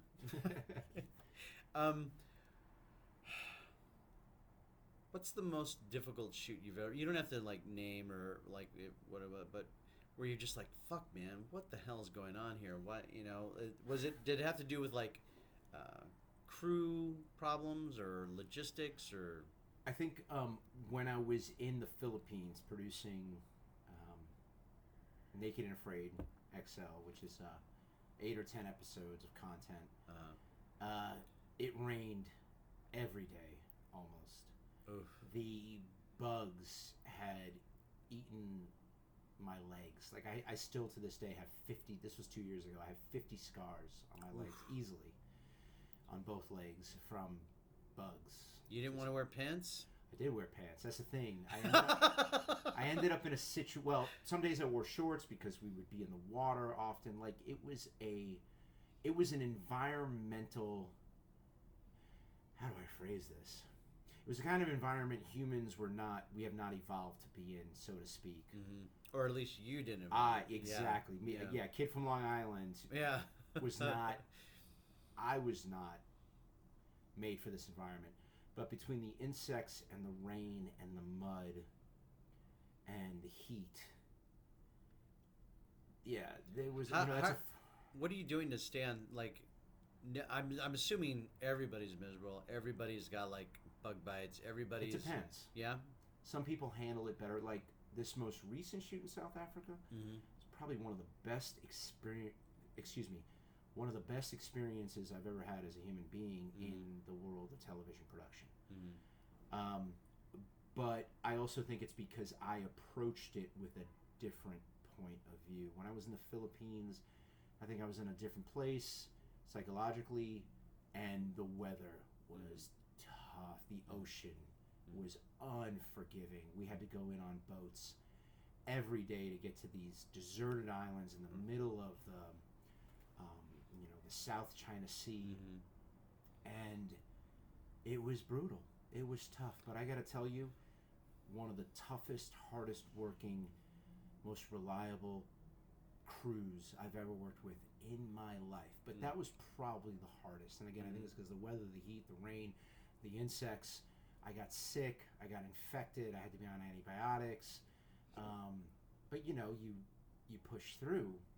But I also think that the person I was when I was in the Philippines 2 years ago versus the person that I am who went to South Africa last year is a different person. And I also want to really commend the leadership. I'm not going to name names, but my executive producer and co-EP are tough guys and kind human beings and creative and smart. And they had a discussion with me. I was brought back because I got everything that post-production needed. Apparently, they were very happy with my work because I covered all my bases, which I try to do. I want to do. And I just said, just for people to know, what kind of crew do you have on a shoot like that? Well, typically it's me. It's a camera operator. It's an assistant camera op. It's an audio op. Sometimes it's a production assistant. It's local experts and fixers. So it's a huge crew. Right. But you got to remember we're shooting, in 4 or 5 different areas simultaneously to put together a show about 12 individuals fighting for their lives, literally, to survive without food, water, I've had one of shelter. those individuals on my podcast. Have you really? Maybe you know him. Who? Tarzan from Los Oh, Angeles. I know who you're talking about. Gary Golding. It's funny. I recently. He's a nice guy, though. He's a bit out there, but he's a really nice guy. Can I have it? You mind? Yeah, go ahead. I like Gary. Yeah. I've seen Gary work very hard to survive. Mm-hmm. He's an interesting individual, and he believes in his perception of what it is to be a survivalist and to have the lowest impact on the world. So that's really, I don't have a single issue with that guy. I think, he's a nice guy. It's cool that you had him on the show. Yeah. But he was one of the first people who was willing to come on, so I was like very grateful for it. I just want to say, like, because of the leadership that I had on Naked and Afraid, and because of my willingness to listen to their feedback, I had a completely different experience on this last experience in South Africa. Oh yeah, dude! I walked away so happy. Every day I looked forward to going to work. It was tough. Don't get me wrong. It got to 135 degrees Fahrenheit on one day, in the blazing South African sun during their summer. It's tough, but attitude is everything, and leadership is everything. And because I had great leadership, and because I adjusted my perception and my attitude, I had a great experience. Yeah, you can get downtrodden. Yeah, the bugs and the animals and the heat and the rain and the mud. Fuck, in the Philippines, the mud was like walking through chocolate pudding that came up to your knees. Like, it was brutal. My feet were destroyed. My legs were destroyed. But at the end of the day, regardless of the hardship... You've got battle scars. Yeah, but... it's just attitude is everything. And I know this, but sometimes I am susceptible to my own black holes. I'm susceptible. Could you go into an office? Yeah. What I'm saying is they're like, Constantine, you're so great. You've done all you can. You've been a great first AD. How about we kick you up to the administrative side, and now you're... I've been a supervising producer. Yeah. I've been an executive producer. I've done the office work. I love it all. Yes, I absolutely love being in an office. And in fact, I'm still a lot of times invited to an office to prep on a lot of the jobs that I assist and direct. But being in the field, that's where the guts and the gusto are. That's where you wake up at 3:30 in the morning and get out there at 4:30 in the morning, and you work 12 and a half hours in a day, and the food's not great, and the environment is tough. Everything in South Africa has evolved to want to kill you. Everything. That's what I look at it, yeah. So humans don't necessarily belong there. But we go. Just like when people go to Antarctica or South America or the Amazon. Like, humans have evolved to, explore and populate the entire planet. But some places are tougher than others. Yeah. But I love it. I love it. Endlessly love it. And you find it enriching. Oh, absolutely.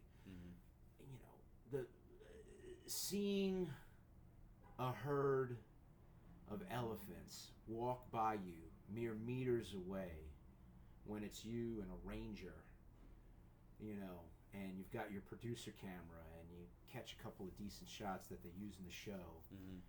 So much different than seeing elephants in a zoo.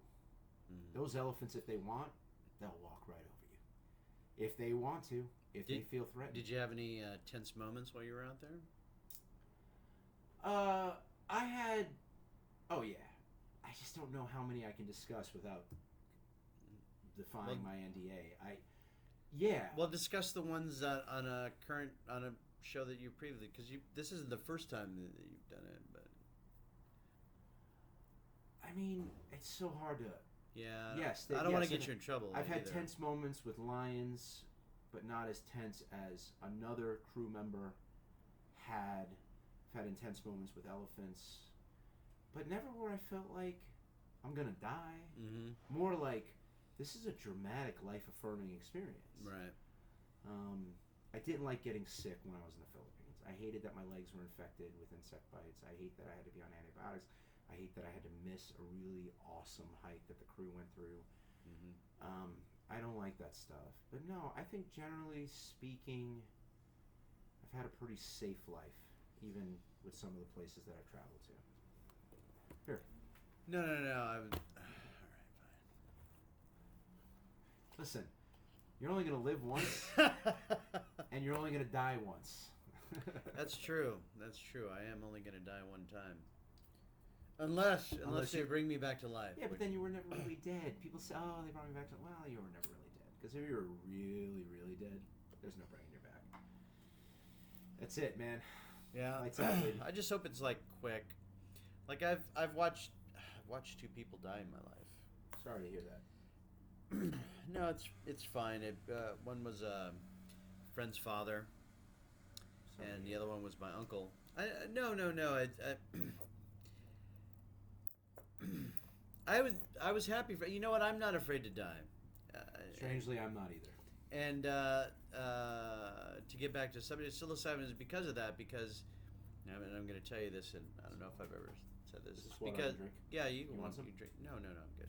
I'm lightening up. Oh, you're lightening it up. It's a deal. That's sacrilege. Oh, that's extremely sacrilegious. Because I'm thirsty and I don't want to drink too much. Well, I could have gotten you another glass. No, this is I've perfect. got more glasses. Listen, some people do drink bourbon and water, believe it or not. That's water with a little bourbon in it. It's good. Sweet. Flavor. I got distracted by the bourbon. But, I realized that I'm going to become a part of this planet.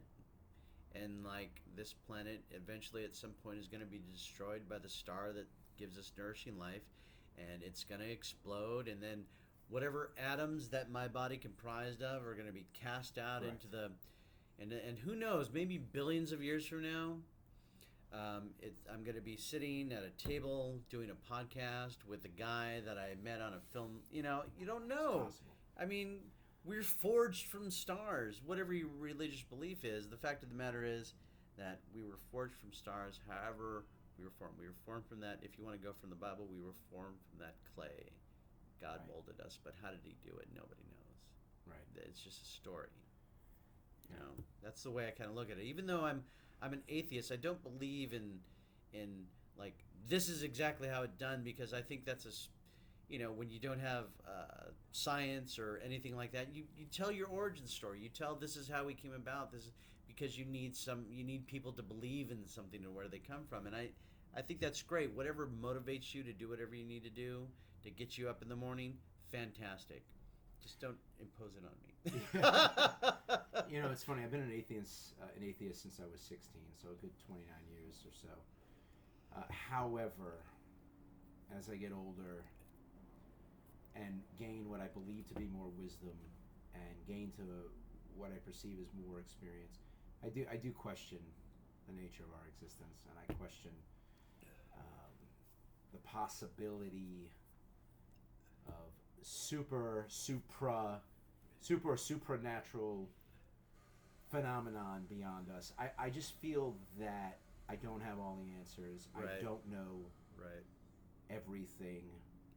And I think at the end of the day, the meaning of life is simply 2 things, and that is good work and good relationships. Yeah. That's the meaning of life. That for really me. is. Yeah. But I don't look down upon anyone who has a belief in a supernatural. No, not at all. Supernatural element of this world,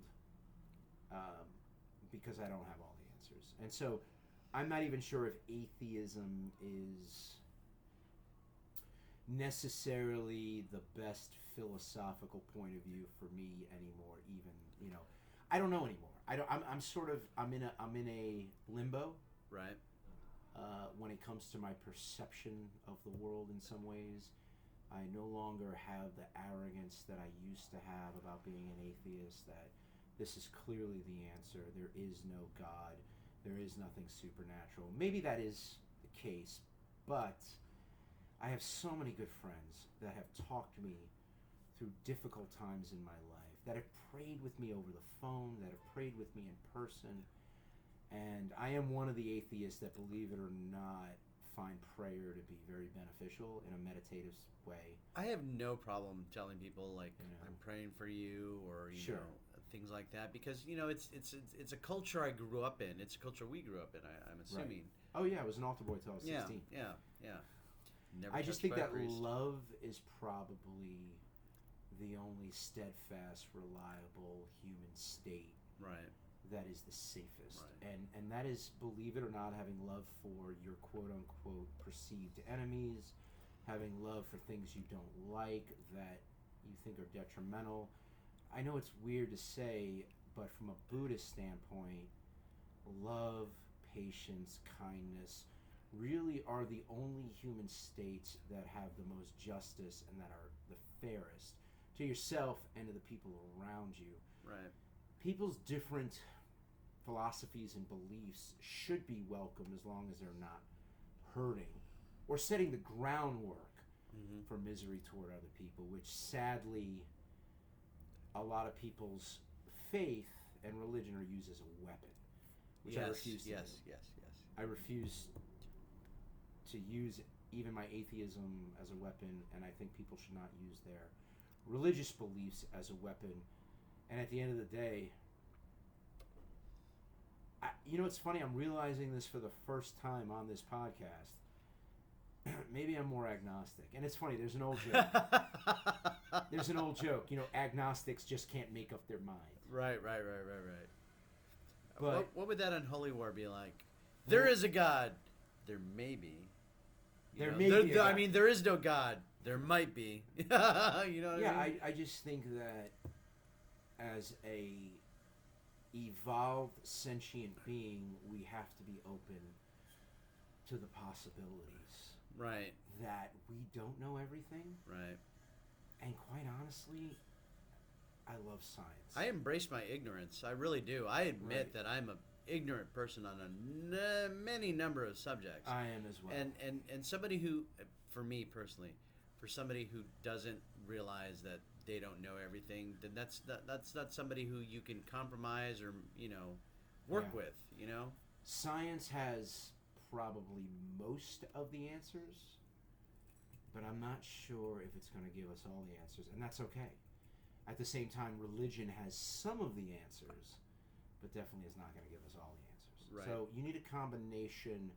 You need to be willing to explore all avenues, both scientifically and faithfully. But I am definitely at a point in my life where I am questioning my atheism, which is funny because when I was 16, I was questioning my faith. Right. So I find that conundrum to be revealing, and I embrace it, and it's okay. It's okay to not know. It's okay to have questions. It's okay to seek answers in both the scientific realm and the realm of faith. I think. I totally agree. I think. I completely agree. But I still identify myself as an atheist. Now, We'll me see if personally, that changes. That could change. I don't think there's a man up in the. You got one right there. No, I know. Oh, do I? Yes. Like two fucking old sailors sitting around the bar, drinking a bottle of fucking whiskey, smoking these cigarettes, and talking about life. Show me the way to go home. I'm tired and I want to go to bed. I had another drink about an hour ago, and it's gone right to my head. Boom. Let me show you my scar. I'll drink to your leg, you drink to my leg. I love it. I love a good Jaws reference. Yeah. I had a Star Wars reference in our text message. I know. I'm surprised you got that. And right away, I was like, Han Solo. Han Solo, yeah. I'm like, he'll get it. Have you made it? That's my next question. Have you made it? No.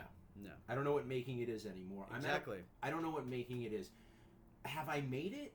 I mean, I get called for work. That's nice. I work on projects I'm extraordinarily proud of. I've gotten to travel the world doing what I love. I've assistant directed and produced for, a dozen networks, feature films, short films, music videos, commercials. I've worked for really high-end clients, and I've worked for fresh out of film school graduates who just want to make a 5-minute movie. Right. But have I made it? I don't know what that means. I don't. I don't know either. I don't. You know why I don't know what that means? And this is sad, but at the age of 45, I no longer have the same goals I had 20 years ago. True. 20 years true, ago, I want to be a director. I want to be a writer. I want to be an assistant director. I want to produce TV. I want to travel the world. Okay, fine. Done all that. But I haven't done at the level,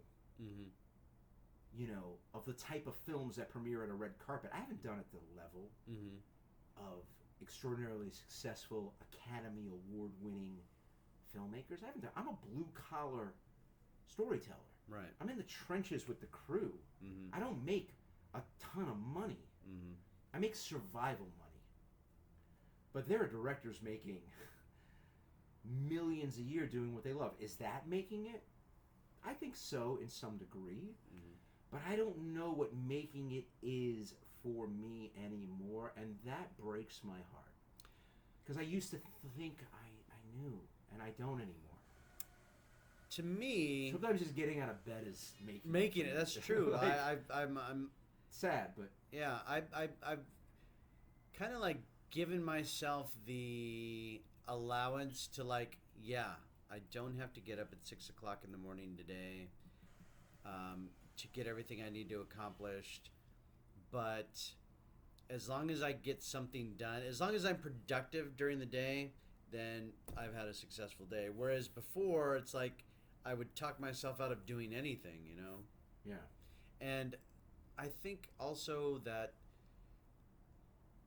probably once you feel that you've made it, then you've lost that edge that keeps you getting that work because you become lazy. Like what? You're not making those phone calls anymore. You're waiting for other people to call you. You feel like your shit don't stink, and you know what I mean? It's like I'm happy that I'm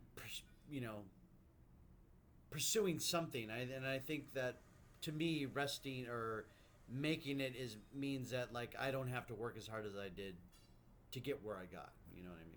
Yeah, I mean, in that definition, maybe I've kind of made it because clients do call me frequently. I'm working usually at least 1 or 2 days a week, and the money that I'm making, I'm not trying to brag, I'm just saying like the money that I'm making on those 1 or 2 days a week are enough to sustain me. I prefer to work 5 days a week. I prefer to have a job to get up to every day. But sadly, that's just not the nature of my career in particular. Right. Maybe making it isn't the goal for me, though. I think I have a creative drive that developed when I was young. And I think whether it's writing poetry or drawing or photography or getting paid to produce or assistant direct a project that's huge and is a multi-million-dollar feat. I'm glad about I'm just happy doing that. I'm glad about the photography thing we're doing. You take pictures and I just name them. So yeah, for the audience that doesn't know, I'm trying to take a photo a day every day for the year.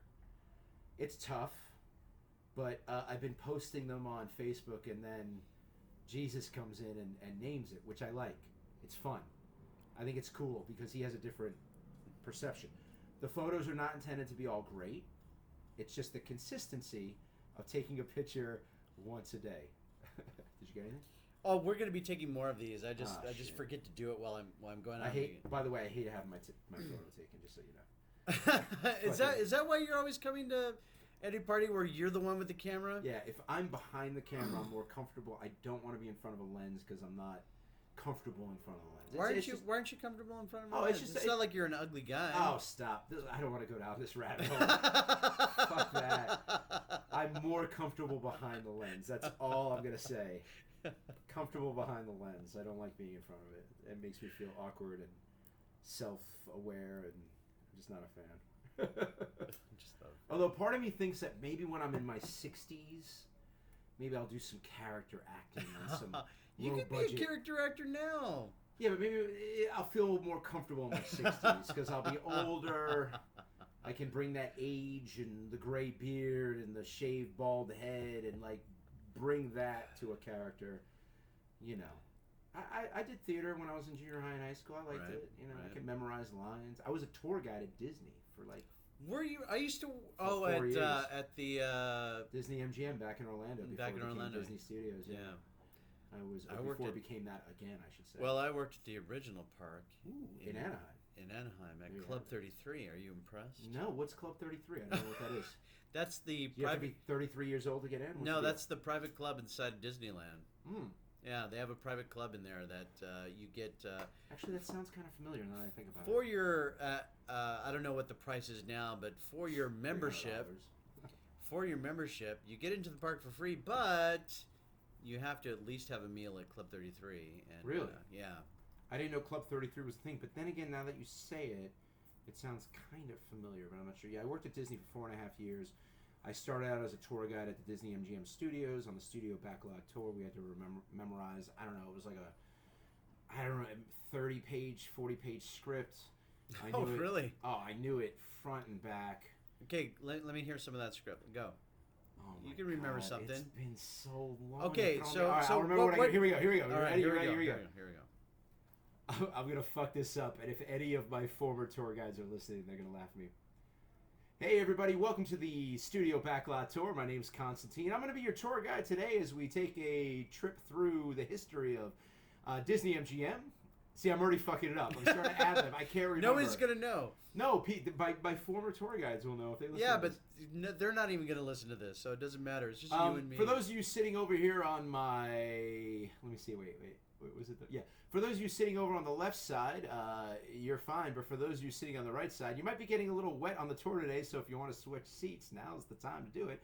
Switch seats now or forever hold your seat.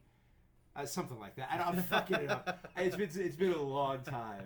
I mean, I left there in 1999 or 1998 or 98, 99. So it's been a long time. I don't remember the script completely. Of course not. Yeah. But back then I had it totally memorized. Yeah, of course. Yeah.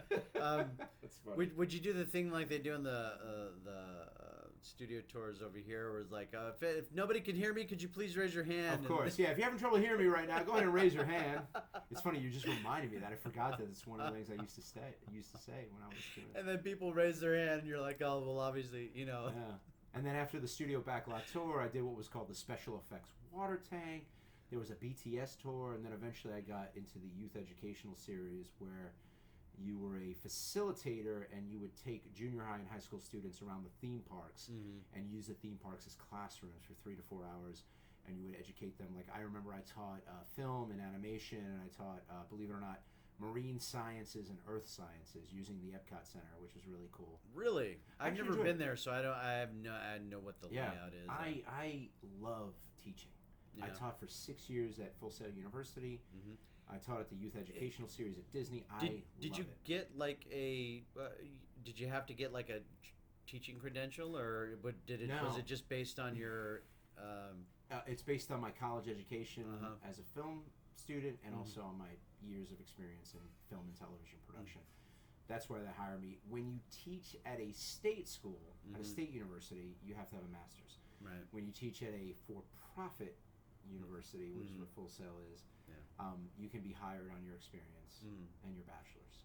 Do you think that? Do you think that that delineation prevents some really like talented people from Maybe, but all the major state universities still bring in lecturers who may not have a master's, but who are a successful and seasoned filmmakers. So they may not be hired on staff, but they'll be brought in as an adjunct professor. They'll be brought in as a special appearance to educate a class, 4 times a year or once a year, whatever the case may be.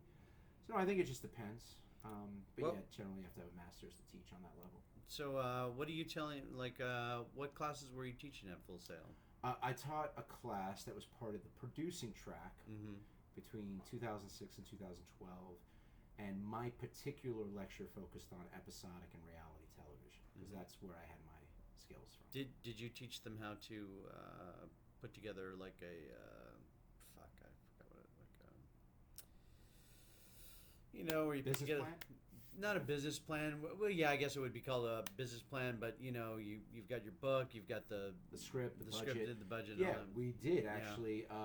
We called it prospectus, and students from each class would form groups of up to 8 people, 10 people, and they would pitch us an idea, whether it be a feature, a short, a music video, a commercial, whatever, a webisode.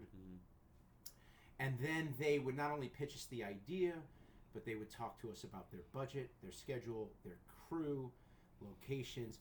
They would have to do all the pre-production legwork before day one of principal photography. And then we would assess and grade them on their prospectus, on their pitch. And I loved it. It was at night. Usually, I forget if we did it once. I think we did it once a month. Yeah, because every class was a month long. But we do it once a month. And I got to tell you, some of these students, they were ages 18 to 40. You know, most of the students probably 18 to 21, 22. You know, these are individuals with creative ideas and passion. They often faltered on the budget part or the scheduling part. But when it came down to ideas, I heard some of the most interesting ideas in that 6-year period that I was an educator at Full Sail. And I'm still friends with a lot of those students to this day. A lot of them still reach out to me for advice. They interact with me either via phone call, text messaging, email, Facebook, whatever.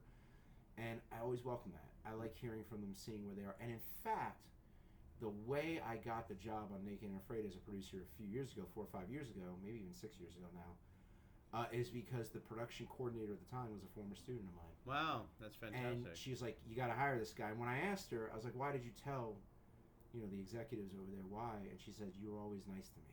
I mean, if you're be really nice. Good, be nice. Yeah, what do they say? Be nice on the way up because eventually you're going to make your way down, right? Yeah. No, I mean, I think that leading with kindness is a good way to lead yourself in life in general. So anyway, yeah. How do you get through the ebbs and flows of a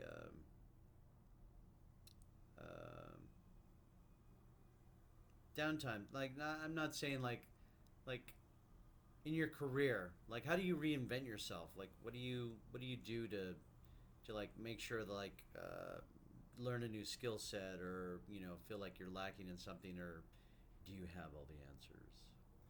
Well, I think lately I haven't been reinventing myself that much. I've become quite stagnant. I have a sort of stasis right now. But when in the past, to get where I needed to go and to do the things I wanted to do, I think that, I focused on a goal, and then I would read as much about, like, being an assistant director. I just kept reading about it and watching, like, featurettes where the assistant director was interviewed on a film or a TV show. So I think it starts with education. Learn about what you think you want. Read about it. Watch as many videos about it. And I started just talking to people about it. And then as far as becoming an assistant director, it happened more here in LA than it did in Florida. I came out here and just started telling people, I'm an AD. And I had a previous assistant directing experience with Nickelodeon. I AD'd for them. Music videos back in Orlando. I developed a really great relationship with this guy, Carl Werner, who's amazing. He's still an educator at Full Sail. I assistant directed a music video for him last year, which was great. I just started telling him, dude, I want to AD your music videos. It's cool. So I started doing his schedules, and I started ADing his sets. And I learned from him because he used to be an AD. He would assistant direct with like Missy Elliott and Busta Rhymes back in the day. So I learned from him. So I just think first educate yourself, then start talking to people when you feel like you have a grasp of what it is you want to do. That's another thing, because like being in this industry, there's nothing more annoying to me than somebody who comes in and starts talking shop, and then you realize as they're talking that they have no clue how to do whatever they're talking about. And immediately my impression is, look, why would I hire you? You have no clue. Someone who's trying to like throw out terminology, and you're like, oh, that's not how we do it.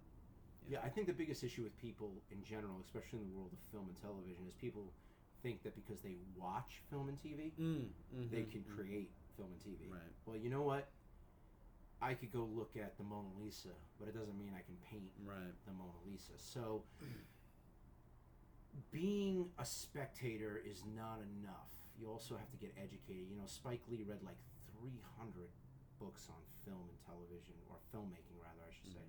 Spike Lee read like 300 books on film before he made his first film. You know, Tarantino has said, I didn't go to film school, I went to films. Mm-hmm. So, you know, you got to get educated, and Right. you can't just be a viewer. Right. You start as a viewer, Mm-hmm. and then you become a student Mm-hmm. in your own right. I remember before I even went to film school, back when I was in high school, man, I was reading. I love Night of the Living Dead. Right. Oh, that's a great movie. In fact, the way it was made, something like 150,000, 130,000, I can't remember. Was it John Russo that worked with? What's his name? I love Night of the Living Dead. Oh, you're trying to remember the director's name. I couldn't tell you to save my life. Dude, no, you can't. It's Once you say his name, I'll recognize it. But do you know that I think he lost the rights to that movie because they. He did early on. I read this fantastic book that Russo wrote. Actually, it's funny that I remember his name. George Romero. George Romero, yeah, George Romero. Anyway, see, this is what happens when you smoke too much weed. And we haven't even smoked You yet. can I edit have all some that if you shit want out. some. No, I got somewhere I gotta be soon too.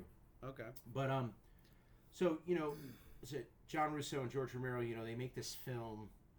They shoot it on the super cheap, no name actors. There's a great documentary on it if you haven't seen it. There's a few, but I remember finding this book that I think John Russo had like co-written or wrote or whatever, and I read it and what they had went through to make that movie, and I was just blown away. You know, It started a whole new genre.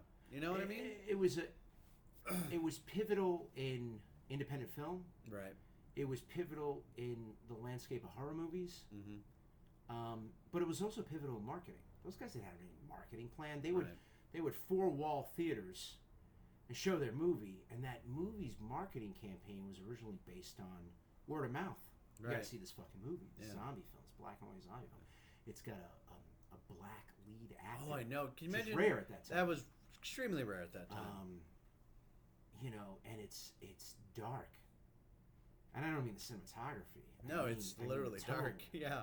The tone is dark. The ending is fucking dark. And if you haven't seen the ending, you know, it's a dark ending. Yeah. It's a sinister ending. It's a hopeless ending. I guess what I'm saying is that was just one of the movies that I fell in love with as a viewer, and then became a student of, reading about it, watching it, trying to find whatever. Because this is before the internet. Right. You had to go to the library. You had to go to the library. You know, you had to go to the library and check out books about movies that you like. Today, it's like the entire library is at your fingertips online. Right. So, I don't remember what your fucking question was, but I do know you cannot just be a viewer. You have to be a student. And you have to ask yourself, what draws an audience to a film and a story? You know, and try to decipher what it is that is attractive to people, because we as evolved beings, we love story. It's part of our nature. It's part of our evolution. Stories keep us going. Without storytelling, you know, humans would be missing an important part to their lives and to their development. Stories reveal so much to us, in and above, beyond science and you know, anything else. I mean, the story is everything to us. Right. Anyway, that's all I got to say about that. What do you think of the studio system these days? Do you think they're stagnant? Do you think they're a dinosaur? I mean, like, let's face it, Netflix said, oh, really? You guys are going to four-wall it? You guys are going to make all these movies? We're going to do that too, but we're only going to put them in selective theaters and still win Academy Awards. I think there's nothing wrong with the studio system. I think that it is just another, you know, branch of the tree of filmmaking and storytelling. I think that people, you know, the movies that are being made are being made because they make money. Sorry, is this bothering you? No, it's the fly that was in front of my face. You know what I mean? There, I think, is space for everything. And some pretty fucking amazing movies have come out of the studio system. What was the last amazing movie that a studio made that you went, well, fuck, that's awesome? Well, 1917. 1917. I haven't seen that one yet.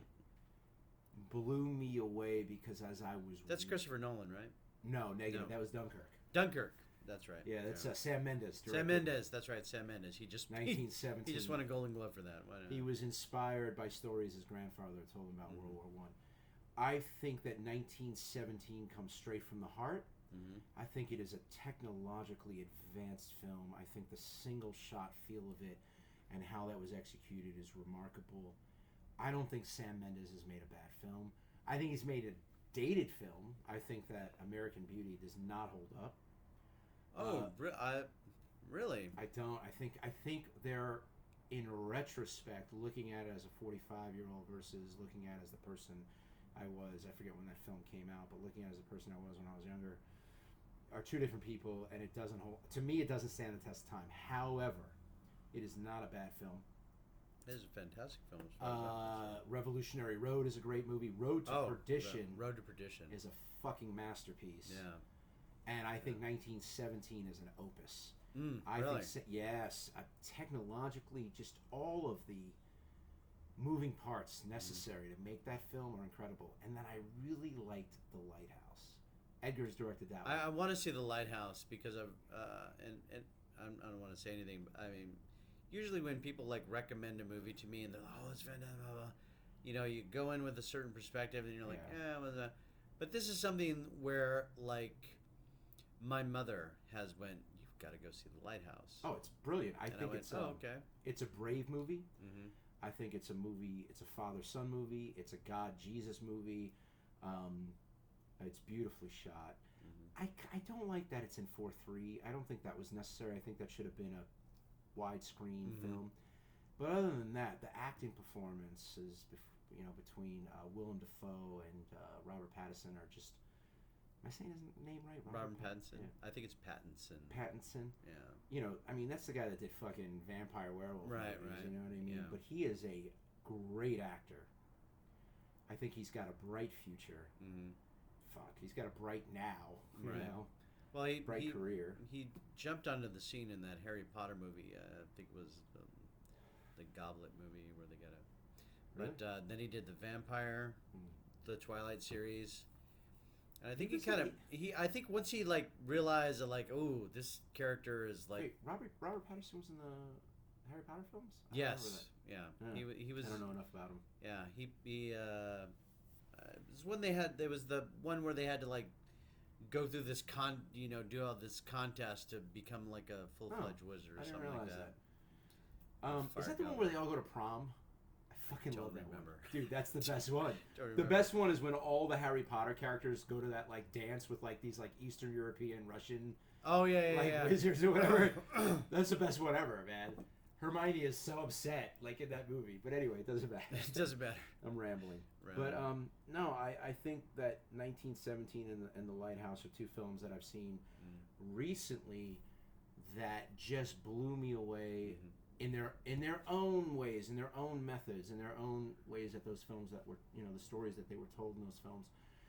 But yeah, 1917, I sort of revitalized my passion for film. I also watched a movie. You're gonna think this is ridiculous. I think it's on like Amazon or whatever, but it's called Escape Room. Oh, I haven't seen that It's one. this sort I've of- seen it, but I mean, I've seen because I have the Amazon. I've seen it in my thing, but I have not taken the time. The reason why, here's why I like it. I love puzzle movies. Okay. I love when the characters are thrown into a puzzle of some type that they have to solve to escape or live or whatever. Cube, which is a Canadian film. I saw Cube. Cube is one of my favorites. Cube is fan-fucking-tastic. Yeah. That from an art department standpoint, they made that movie using one complete cube and one half cube. And Really? Yes, and Wow. it looks like they're going through cube after cube after Right, cube because right. of the different lighting and the Right. different booby traps. That's a that are- fantastic movie. awesome Canadian film that spun a couple of crappy sequels. But so I love puzzle box type movies. Right. And What about the game? oh, that's going back. Yeah, I've seen the game before. It's a good film. Yeah. I like it. But I thought that the art direction in Escape Room was incredible. And as an assistant director, I would have loved to have worked on a film like that. But that all being said, I think that 1917 is an opus. And if you look about how that camera moved from one techno crane to handheld to another crane on a Jeep, and how the fluidity of that film and the pacing of that film moves is extraordinary. And you got, Roger Deakins as your cinematographer. I mean, that guy's a fucking workhorse and a visionary. You got Sam Mendes. You have a great cast. You have scenes with hundreds of extras running as soldiers on a field, and pyrotechnics and explosions going off, and the main character running, and the camera doesn't skip a beat. They only had 4 takes to make that final running scene in that film, and they nailed it. Mm-hmm. And he runs into extras accidentally and knocks them over, and people stay in character. Just the pre-production, the pre-planning on that film alone is a tour de force, to use a cliche, and it blew me away. I saw it in the theater. I saw it at ArcLight at the Dome in Hollywood on Sunset, and I walked out of that theater realizing that I had just seen a masterpiece, and it ruminated in my mind for days afterwards. It's a cognitive, creative, architectural film that just blew me away. I was amazed. So movies can still excite me, which is great, because there's a period of time where I was like, fucking movies, like they're all the same. You get bored with them. You see enough films and you lose interest. You see enough movies and you sort of see how they're made, and people's they're telling their stories, but then every now and then a film like that comes out and you're just like, wow, yeah, truly remarkable. Interesting. So, I just lost my question. That's all right. California has a new law that affects us both, freelancing. How's that affecting you? We're no longer freelancers, apparently. Well, you can do 35 pieces of content. Excuse me, let me rephrase that. According to what, AB5, I think that's what it's called. AB5. The new legislation. If I'm not mistaken, from what I've read, and I'm not educated on the subject, so please do not. Right. This is not gospel. I've done a tertiary look at it. That's another word. From what I understand, you can be involved in creating 35 pieces of content as a contractor / freelancer for one client at a time per year. But we're no longer, like, they have to give us like W-9 for like we're not, like, we're an employee, like we're no longer getting the forms that we normally fill out. We have to fill out. Well, I think you can still do a W-9 and an invoice as a contractor, up to 35 times per client. And again, please don't quote me on this. Do your research. I am not the authority on this. Per year. That's what I think. I think the essence of it, like, its heart is in the right place, because what they're trying to do is get more, like, protect. They want state government wants to protect employees by giving them an opportunity to get health insurance, and overtime, and to have the hours properly logged and, of course, properly taxed. So I think the heart of it may be in the right place, but I've heard some stories from colleagues and coworkers in this industry that it's hurting them, because certain companies are now being forced to quote unquote hire people, so they're hiring less people, or they're hiring maybe the same person, so that they don't have to go through jump through the hoops of flame, that be hiring multiple people and getting them on the payroll. I mean, I'm not educated enough about it, which I probably should be, since I work in this industry, but right now it hasn't negatively impacted me in any way, but it's only general. It's been a subject on many of the forums, Facebook forums that I'm in, or pages. It's been like January 1st, I can think of, like, the freelance page, the grip page, the whatever other pages on there that had to do with the film industry that I'm working in. That was the topic of conversation, and it's still coming up, because people are getting their jobs and they're like, hey, what do I do? Is, like, net 30 okay? And you gotta,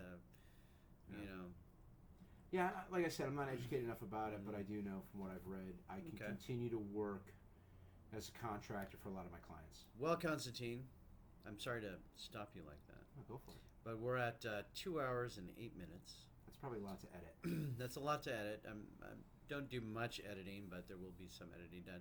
So while I'm going to wrap this up because I think we've covered quite a plethora of topics. We have. But before you go, I want to know a couple things.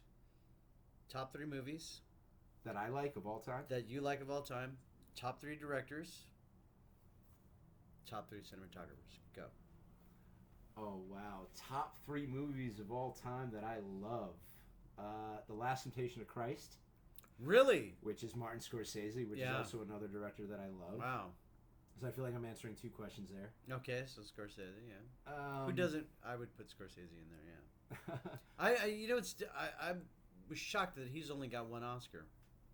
Yeah, well, he got like some sort of like the Academy created like some sort of like directorial Oscar just for the last name.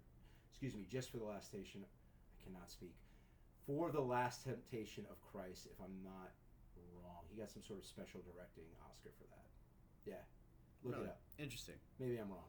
Who knows? It's been a while. Yeah. Throwing me on the spot here. Yeah. Other films that I love, like for various reasons. I think Halloween. Okay, It's that's a probably up good there. one. That's a good one. I think it, it's a pivotal horror film. Damn, this is a tough one. So many movies that I love. Top 3. I'm gonna think of 100 once I get in my Right, car and leave. right.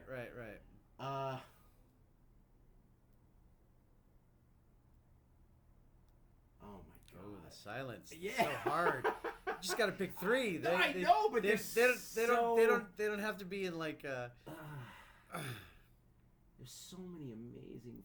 There's so many amazing. Okay, just pick 3 films that like influence you. How about that? Well, I think the Last Temptation of Christ, Halloween. I really liked Her. Oh, Her was fantastic. That was an incredible movie. Yeah. But I mean, I know it's hard. I would do like a top 10, but like I That love the would take movies of too Stan long. Brakhage. Like I love the movies of Maya Deren. I love the movies of like Quentin Tarantino. I love the films of. well, he's like, only going to do 10 according Road to to him. Perdition is up there, by the way. Okay, so we're going to go with I'm gonna go with this. I'm gonna go with Last Temptation of Christ, Last Temptation of Christ. Halloween. Oh God. Road to Perdition. Road to Perdition. Road to Fine, we'll Perdition. throw it in there. Okay. Although I'm not completely happy with that list. I'm not. There's so many other. I mean, Star Wars, like The Empire Strikes Back, is an amazing pivotal. That's my favorite Star Wars film. Oh, it's the best It goes. Star Wars It film goes. ever Empire made. Strikes Back, New Hope, and then you could kind of whatever on the rest. Directors, I would say directors. Sam Mendes is definitely up there. Sam I know we Mendes. talked about him. Hitchcock. Hitchcock. Yeah. Roger Corman. Right. I used to work for Roger Corman. Did you man. really? Yeah, I did. I love for like good 2 years, 2 or 3 years. Schlocky. I remember I went to see Mask of the Red Death, Oh, okay. Yeah. and Roger Corman was there, Oh, really? and I got to talk to him briefly. It's like this old grandpa that came out, filmmaker, producer. You know, he launched a lot of careers. Yeah, You know, he did. I feel lucky that was truly, honestly, the first gig I got in the entertainment industry. really. Was That's working huge. at his Big office in Brentwood. Yeah, Yeah, I'm still friends with my boss, Bill Bromley, who, by the way, is the nice, president of Saban Films, in case Ooh. anybody's wondering. fancy. Yeah, Uh, I know people. And then when it comes to cinematographers, I'm not educated enough Mhm. to list them. Sadly, I mean, what Deakins, Tolan. I don't fucking know who else. I'm not educated enough, which is sad. 45 years old, love working Yeah. in film and television, and I'm sure that if I thought about, I feel like I'm just on the spot. But anyway, that's That's all I okay. gotta say. That's all I gotta say. Okay, I'm gonna drink alright. more of this whiskey water. All right, the whiskey water. Well, I'm ashamed. Sorry, audience. I'm ashamed. I'm ashamed. I'm ashamed that I don't know DPs as well as I do the names of films or directors. Please forgive me. That's okay. You're in. I'm in the same boat. Who's the guy that shot Psycho? That fucking guy. No clue. No, we know who he is. We know who he is because we have Google. All you got to do is Google cinematographer Psycho. That motherfucker. That was yeah. Oh, you know what?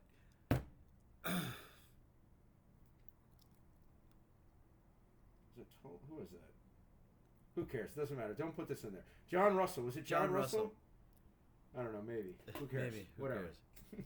Okay. Well, Constantine, I want to thank you for stopping by and coming to my humble abode. You know, I hate ending on that note, by the way. I know you do, I but think you need to re-edit it. a podcast isn't perfect. It is what it is. Mm-hmm. But is there any wisdom you would like to pass along to anybody who's listening about the entertainment industry or how to make it in this business or what you feel it takes to be successful? Because, you may not have quote unquote made it, but you're a working AD. Mm-hmm. And TV producer, believe it or And not. TV producer. I'm sorry I can't list all your credits. Yes, my word of advice is this. The worst advice that I got when I was starting out was, I was interested in a lot of things. I was interested in directing, writing, shooting, editing. I was interested in all of that, assistant directing. And when I was starting out over 20 years ago, someone at Disney said to me, "You're interested in too many things. Pick one thing and focus on that." Oh, that is bad advice. Well, here's when it's good advice. If you really want to be a DP, yes, put your heart and soul, your energy, your education, everything into becoming a DP. You want to be a director, put everything in that. I wanted to do multiple things. I wanted to direct, I wanted to produce, I wanted to write, I wanted to edit, I wanted to AD. And so I picked 5 things that I was passionate about, and I focused on all 5 of them. And the reason why that has benefited me is I always work. Mm-hmm. Yeah. I somehow always am You able got to to make be. friends. You got to have like a set of skills that you can bring to the table that will give you so you can work. You Right. know. Some people know me as a director. Some people know me as a producer. Some people know me as an assistant director, and I'm okay with that. So there's 2 schools of thought. If you really want to focus on something like being a director or director of photography or even an editor, sure, pick that, go with that, and maybe you'll work 50 weeks out of the year. But my advice from my experience is that, pick 3 things you love, focus on all 3 of them, get really good at all 3 of them, and present yourself as skilled and experienced in all 3 of them. Well, that is fantastic advice, Constantin Preda. I want to thank everybody for listening to this film. If you not this film, this podcast. If you liked it, please subscribe and hit the little notification bell. Hit the like button! And if you have any comments or you want to hear from another department in the film industry, let me know. If I could pass along my own wisdom, it is fail. Fail hard, fail often, because the more you fail, the better way you'll learn how to succeed. Absolutely. That was horrible, but No, it was I good. want to thank you very much. And just remember, we need a bigger boat. Thank you. I'll drink to your leg, you drink to my leg. Arr.